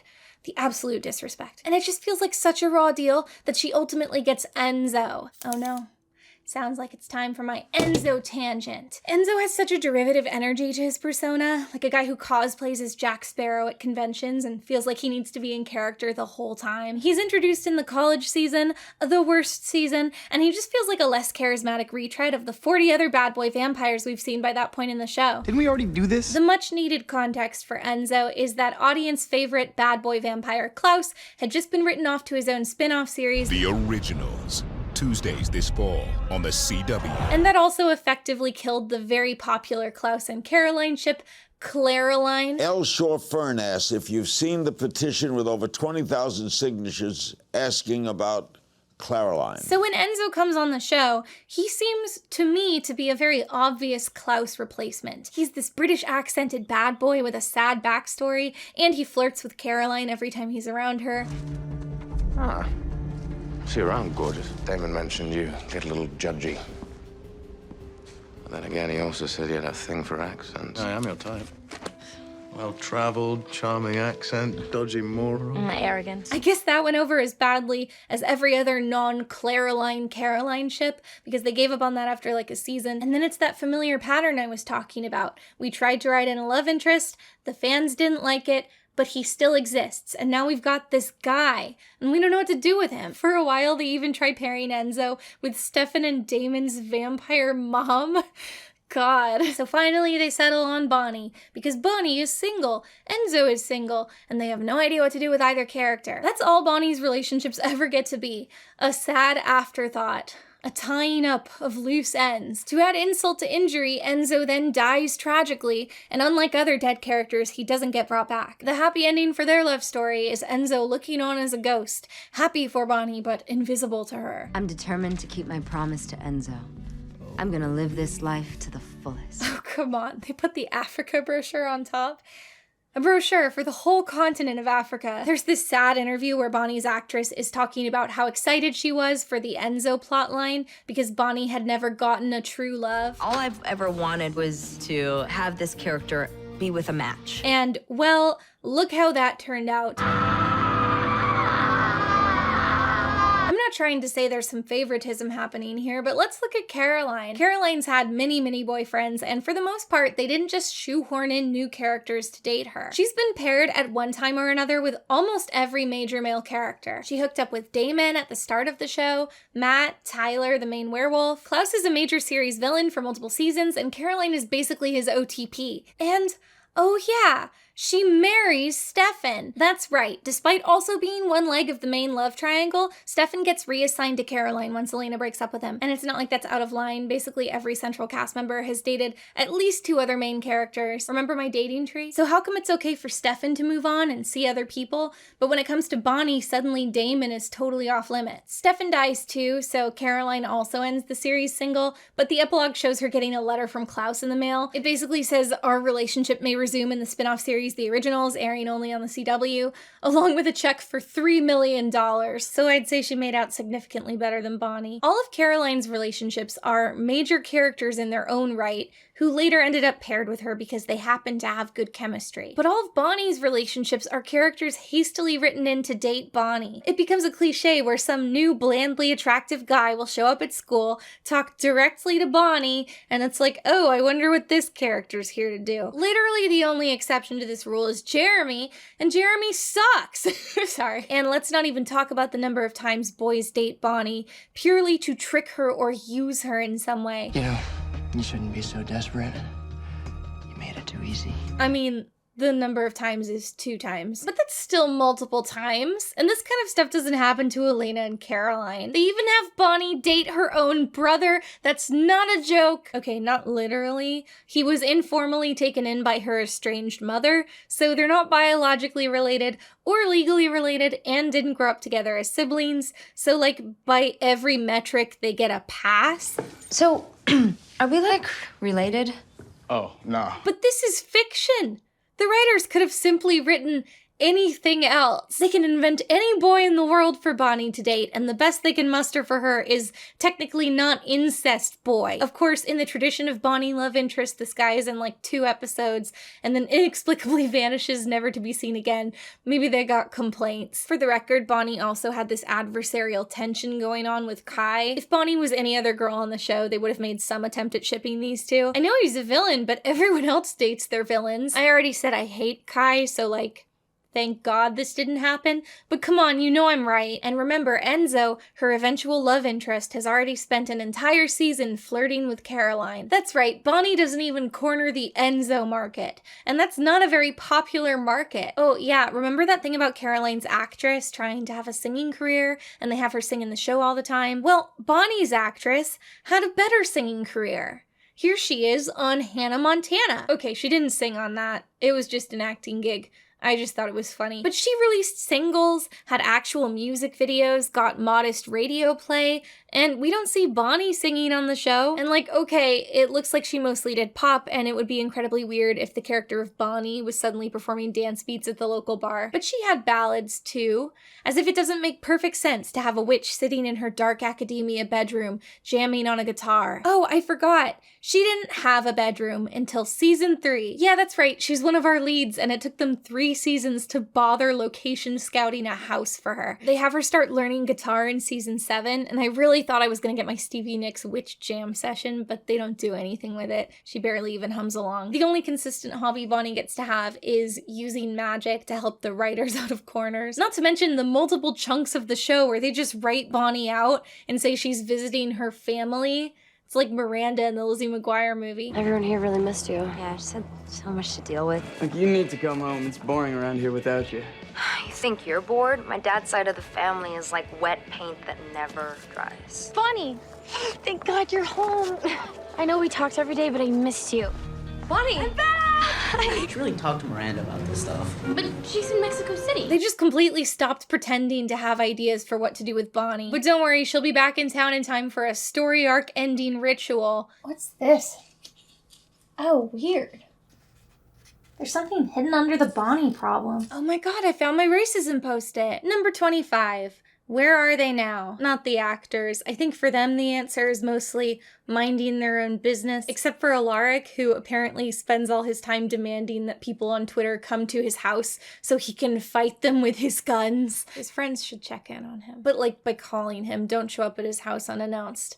I've heard he has guns. But no, I'm talking about the characters. I want to give a flyover of how the series wraps up. Before the series finale, they aired a 40-minute retrospective. I felt like if I was doing this video, I ought to watch it, and I had to buy it. It's literally just a clip show interspersed with cast interviews, and not real interviews, just like one sentence of an interview, which they use to set up a series of clips. Stefan being an outsider with all these dark secrets was something that I really think that Elena gravitated towards.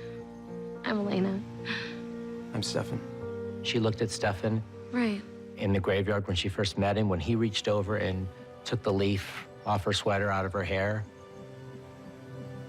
Thanks. I can't believe I paid $3 to watch this. I know it's not much, but it's too much. They should have paid me. I think I'm ultimately going to use like one clip from it.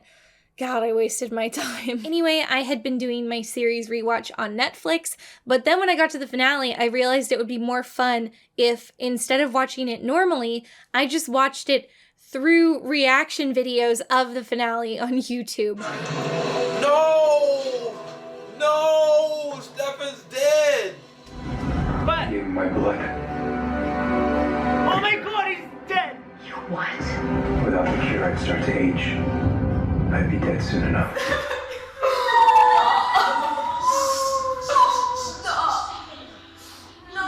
Honestly, this is way better. I wish I could have watched the whole series like this because they cut out all the unexciting parts that they're not reacting to. Also, the energy these people have is incredible. Special mention to this girl who cried basically the entire time. She even chanted along with Bonnie and her ancestors. She got 1 million views on this and she deserved every single one of them. With a story like The Vampire Diaries, a happy ending is difficult. By the final season, they have well established that the afterlife is real, but if some characters are vampires and others are dead, and the vampires could theoretically live forever, there's still the threat that they may never see their loved ones again. Also, if you end a vampire story with the vampires still vampires, it's hard to be certain that it's even a conclusion. Like, they've spent 8 seasons with endless drama, so who's to say it won't go on forever? So to resolve this, basically the entire cast that's made it this far ends the series mortal. Alaric is human, Stefan, who has been turned human and is now married to Caroline, dies, but before he dies, he injects Damon with his blood,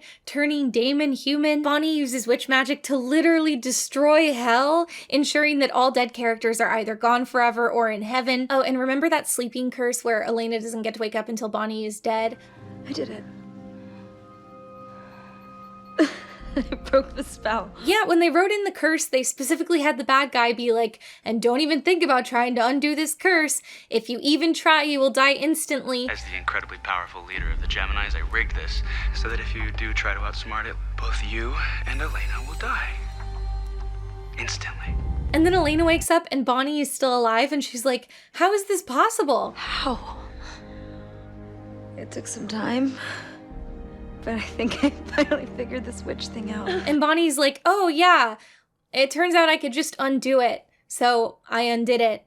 It was kind of hard, but it wasn't that hard. Whatever, this is the best contrivance in the finale. I'm glad Elena, Caroline, and Bonnie get to be together because that's the heart of the Vampire Diaries. Oh my god! And we can be roommates because we have that extra bed and we can clear out half the closet. It'll all Caroline. be sorry. I can't believe you're really here. All along, the strongest ship in the show was friendship. So Stefan is dead, Tyler is dead, Enzo is dead, Jeremy is alive. Good for him. Matt miraculously both survived and stayed human the entire series, and he's a cop now. I think the only main character to stay a vampire is Caroline. She and Alaric open an X-Men school for Halloween monster children. A ghoul school, if you will. A monster high, if you will. Oh, how will I choose? I'll just use both. There's now a spin-off show about the monster school called Legacies, so I assume both Alaric and Caroline will appear on there. I was impressed by just how many actors they got to come back as spirits, even if they were killed off as early as season 1. Elena's parents come back and they've been dead the whole series. Vicky comes back, Aunt Jenna comes back, ew, who invited Uncle John? Bonnie's grandma comes back, Caroline's mom comes back, Enzo comes back. I wonder if we're gonna see... No, they can't afford him. He's way too famous now.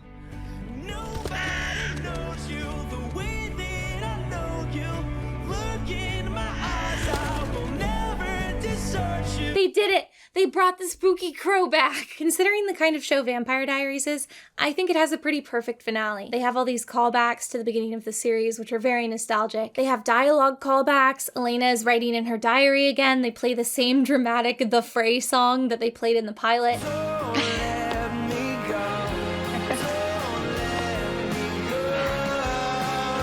As if everything wasn't tied up enough in a little bow, they even have an epilogue about how Elena and Damon grow old together, and then show us them going to the afterlife and being reunited with their loved ones in heaven.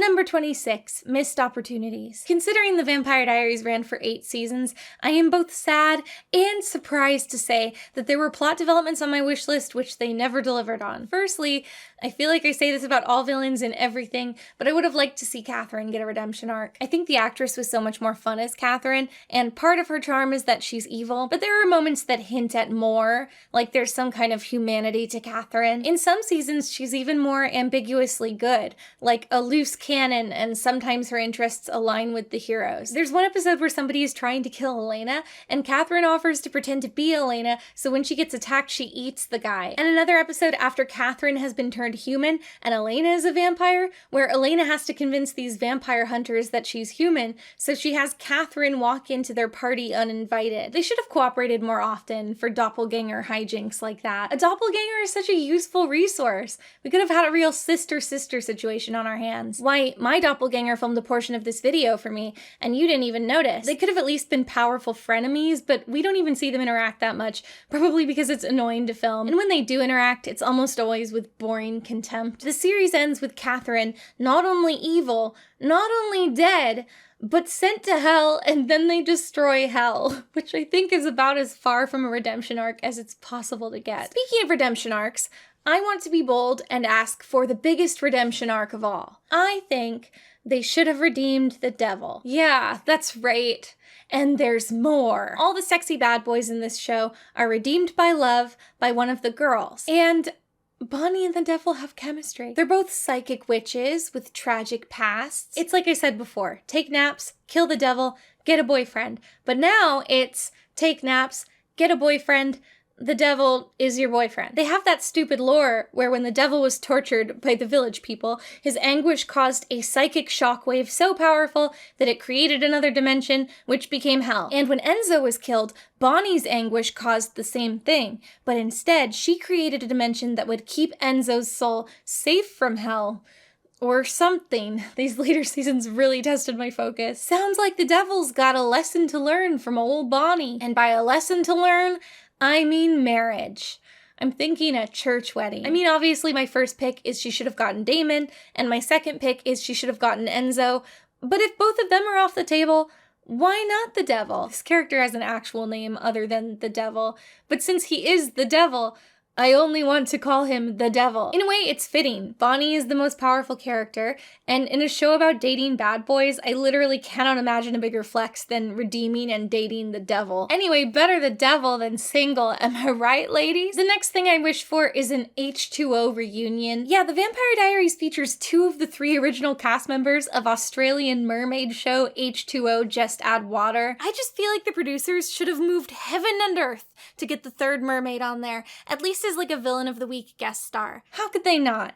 But no, both of these characters ended up transplanted to the originals, so maybe they granted my wish on that show. But honestly, I doubt it. The originals has never done anything but let me down. I found it weird we never got a theme park episode. They had a traveling carnival come through town now and then, but this show was filmed less than an hour's drive from Six Flags Over Georgia. I know the fictional town is supposed to be in Virginia, but I don't really care. I just really want a cross-promotional ep where they take over Six Flags and ride Monster Mansion. I wish I could ride Monster Mansion. Mark my words, Six Flags. If you ever get rid of Monster Mansion, I will never go to your theme park. If I go to your park, I will ride Monster Mansion 14 times. I won't ride anything else. Anyway, maybe Legacies will do this. It's not too late. Next thing, I noticed something stupid. Like, it's stupid that I noticed it. I don't think any young people wore glasses on this show. Like, none of them. I'm not even certain any of the grown-ups wore glasses. That's just kind of weird, right? It's weird, isn't it? Anyway, that's all I wanted to say about that. Next thing, nobody got a dog. That's just another thing. Nobody in this town has a dog? Next thing, it's time to get into LJ Smith's bibliography. She has a lot of paranormal YA series, and I think they should have mined those for more content. Riverdale brought in other Archie Comics properties like Josie and the Pussycats, and I think the Vampire Diaries should have done the exact same thing. You don't need to limit yourself to just sexy vampires, because all of L.J. Smith's books were just about sexy boys from various supernatural universes. The CW did adapt L.J. Smith's Secret Circle, which is about sexy witch boys. That series is also owned by Alloy Entertainment, so LJ probably didn't get a cent of that one either. It got one terrible season of TV before being canceled, and it deserved it. But we don't have just sexy witch boys to choose from. We have sexy psychic boys, sexy vampire boys, again. Yeah, she just did vampires again. At least she owned it this time. And my personal favorite, sexy boy of unclear supernaturality who sucks you into an evil board game, Jumanji style. Guess which series I read in middle school? Yeah, shock surprise, it was the board game one. And in the third book, they go to a haunted theme park. For some reason, the cover of this book prominently features famous Midway animatronic Laughing Sal.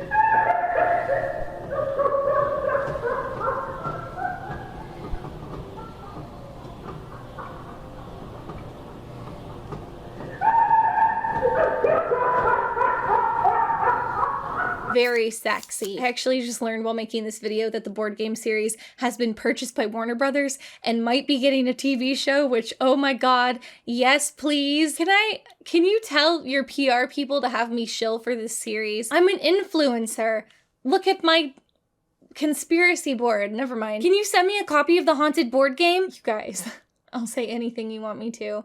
Am I damaging my credibility right now? Send me the board game. Anyway, I think any of these could have and should have been incorporated into VPD. Imagine you're watching season 6 and the gang gets sucked into a board game. The show has spawned 2 spin-offs and neither one has a very interesting premise. They're just taking supporting characters from Vampire Diaries and writing about them or their kids. If you want to do spin-offs, why not bring in a series that can stand on its own? I'm just saying maybe Secret Circle would have done better if it started out as a crossover. The last thing on my wish list, hear me out. It's Dracula. I really wanted Dracula to show up. You can't tell me it's too corny, because this show was already plenty corny. I feel I was owed Dracula. And they can do their own take on him or whatever. Make him look young or old, make him act modern or old-timey and creepy. I just wanted him for our last season villain, like the cast is fighting off all these villains of the week, feeling pretty good about themselves, and then Dracula rolls into town. I think it should be illegal to make a vampire story and not feature Dracula. That's it. I've said my piece. Actually, wait, no, I haven't. If I'm making demands, I also want Nosferatu. Freaky, bald, bat monster-looking Nosferatu. I demand Nosferatu!